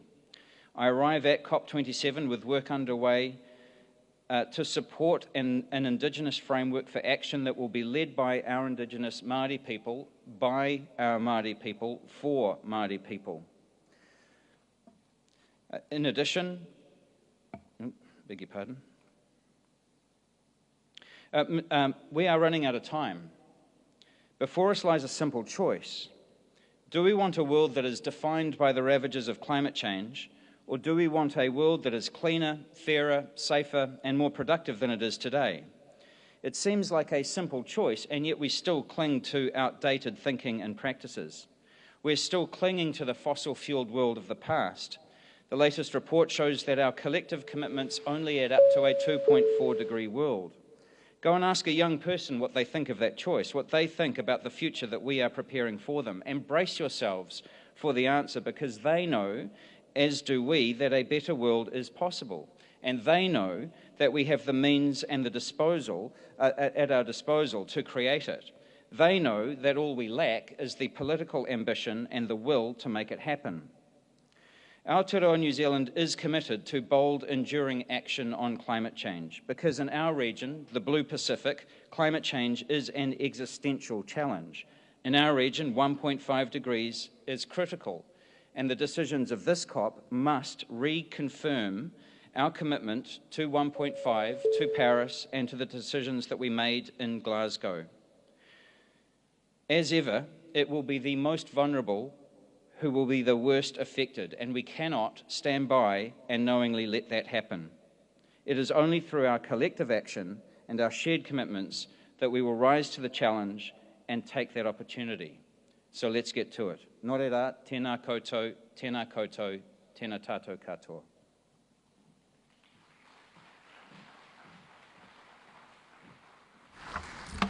I thank you, Your Excellency, for your statement. On behalf of the conference, I would like to thank you all for your statements.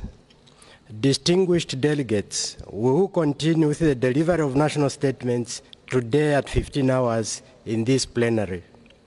With this, I declare this joint meeting of the COP, the CMP and CMA adjourned.